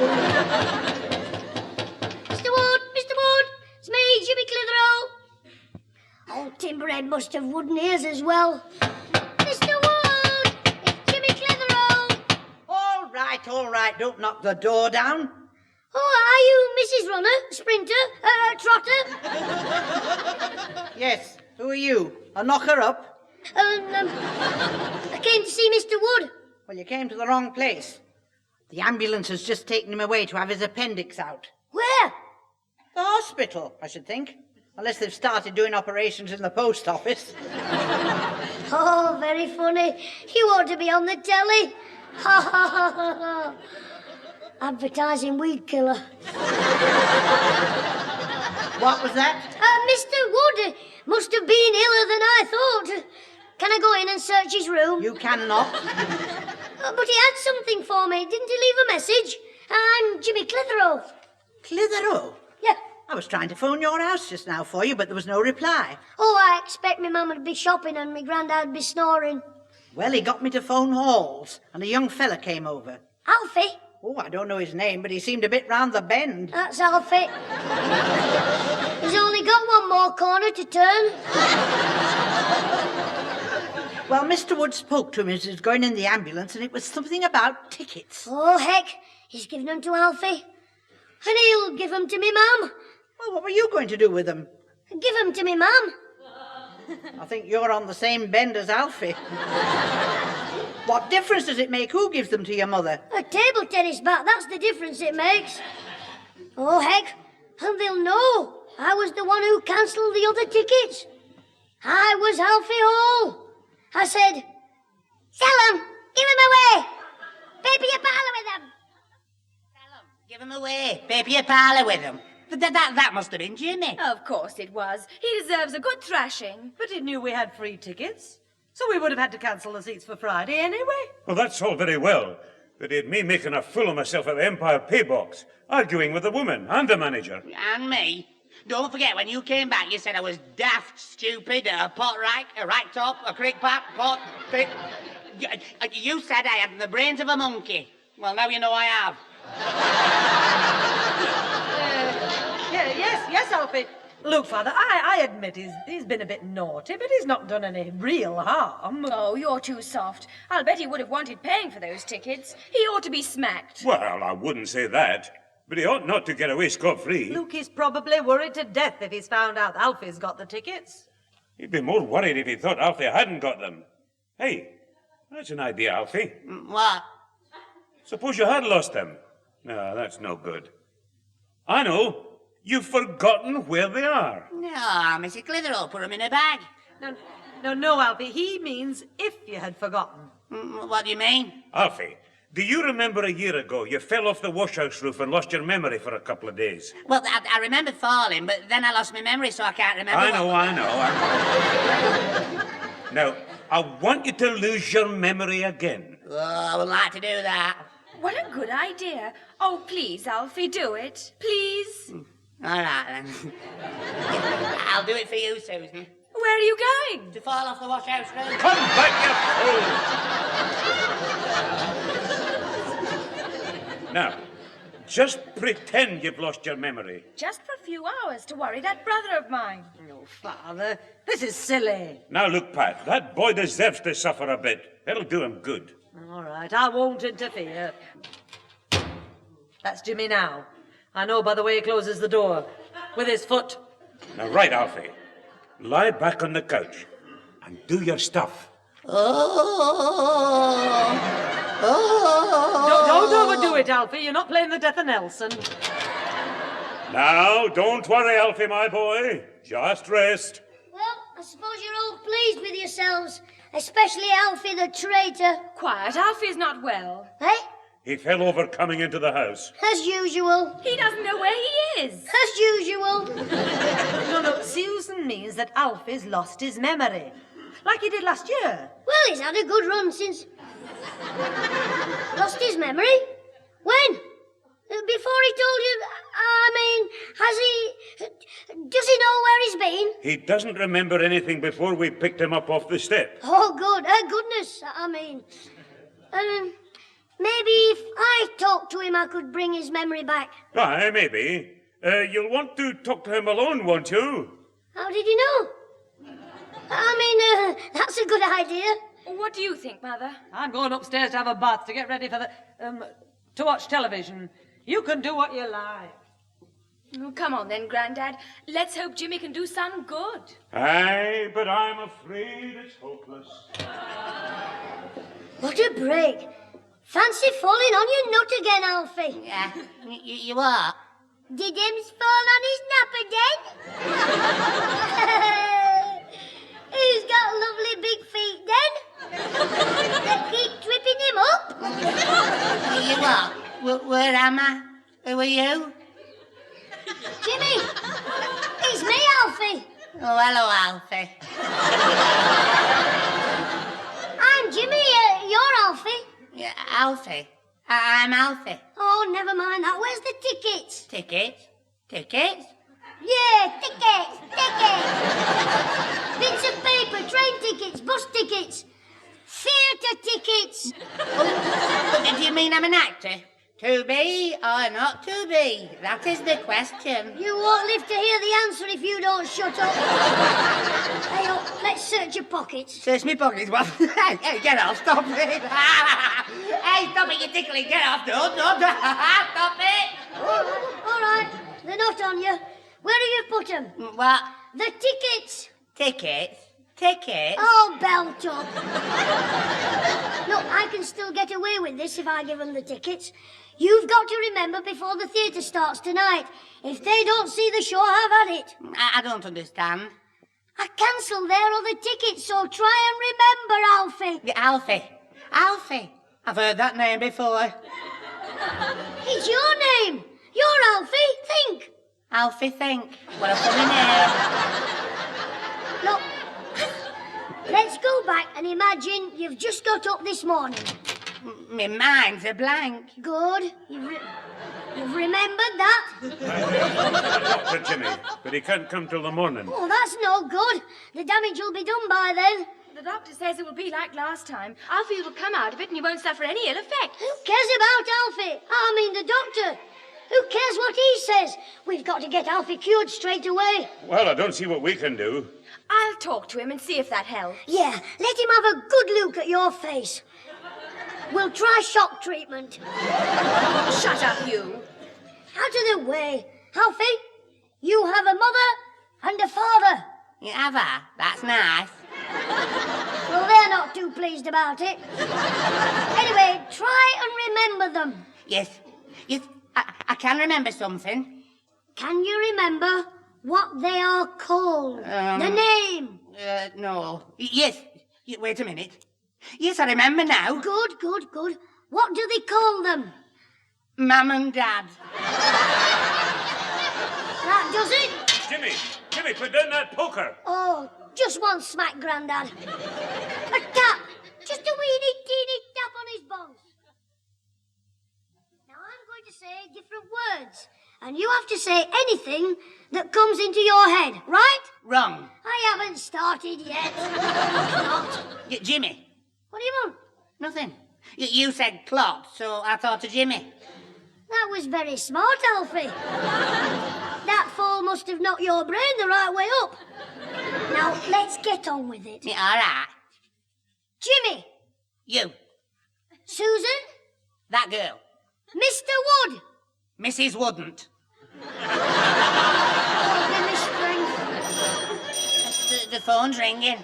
What do you expect it to do, yodel? The phone rang this morning. Oh, never mind. Yes, that's it. You got a call this morning. And I said, this is Alfie Hall. Yeah, that's your name. Go on. And a woman said... Yes. She said... Yes, what did she say? She said, I've got a leak in me cock loft. she was phoning the plumber. Alfie, put your neck in me hands and you'll hear a funny noise. Jimmy, when you've finished going mad, Ozzy wants you on the phone. All right, you wait, Alfie, or I'll fix you. He's lost his memory. Well, one day it'll come back and then he'll be sorry. What do you mean? He'll have to start going out with you again. Hello, Ozzy. I can't stay long. I've got to go and make me will. Send me dandelions, will you? It's daft Alfie, he's ruined everything. He's lost his memory. And if he doesn't get it back quick, they won't be going out tonight. Of course we can't have a meeting if they're here. Never mind you lot chucking me as captain. This lot will be chucking me off the roof. No, give me another half hour. I'm going to try something else. I'm not sure yet. Either roller skates on the floor or soap on the stairs. Yes. Ta-ra for now.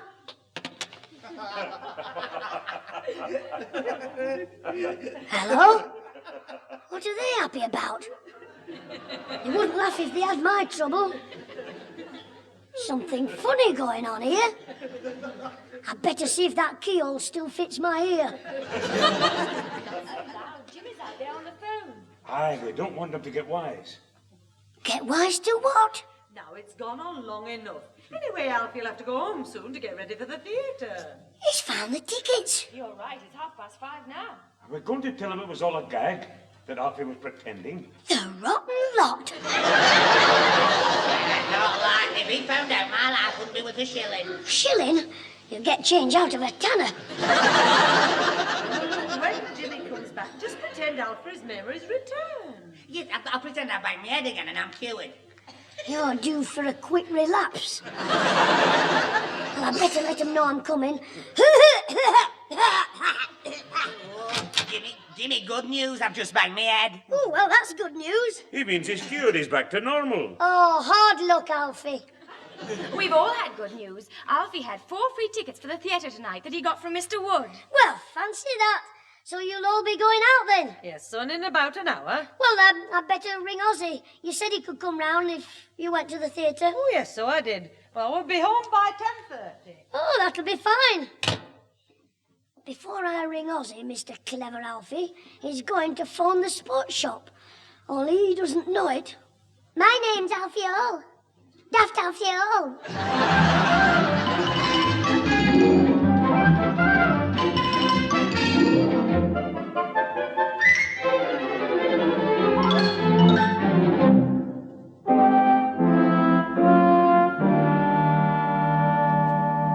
Aren't you going out, Jimmy? It's nearly 6 o'clock. Soon, Mum.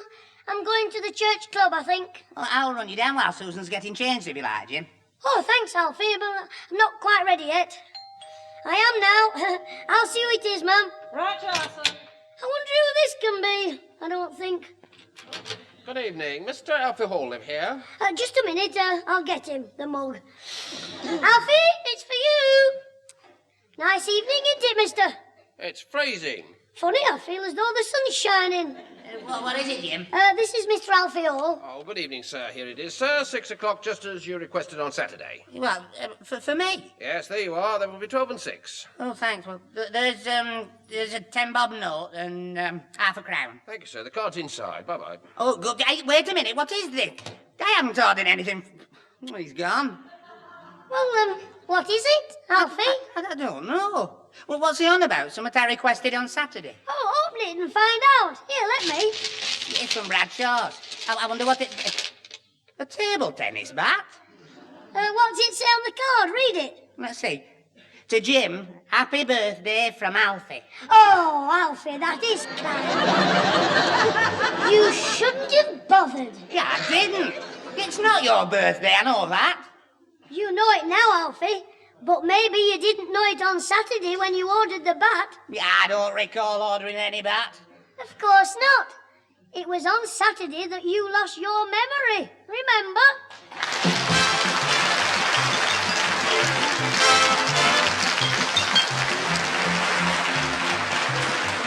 Those involved with the Clitheroe Kid this week were Peter Sinclair as grandfather, Patricia Burke as mother, Danny Ross as Alfie Hall, and Diana Day as Susan, with Jack Watson, Tony Melody, and Doris Rogers.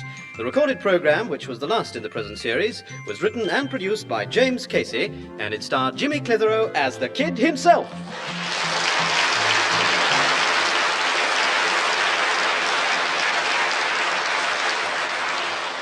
My mum says I have to pay Alfie the 12 and 6 back, so I am. Threepence a week. Off the pocket money he gives me. He's a nice fella, really. So is me granddad. And me mum's smashing. Even Susan isn't always horrible. Sometimes she's just a nuisance. Ours is a nice family, ours is.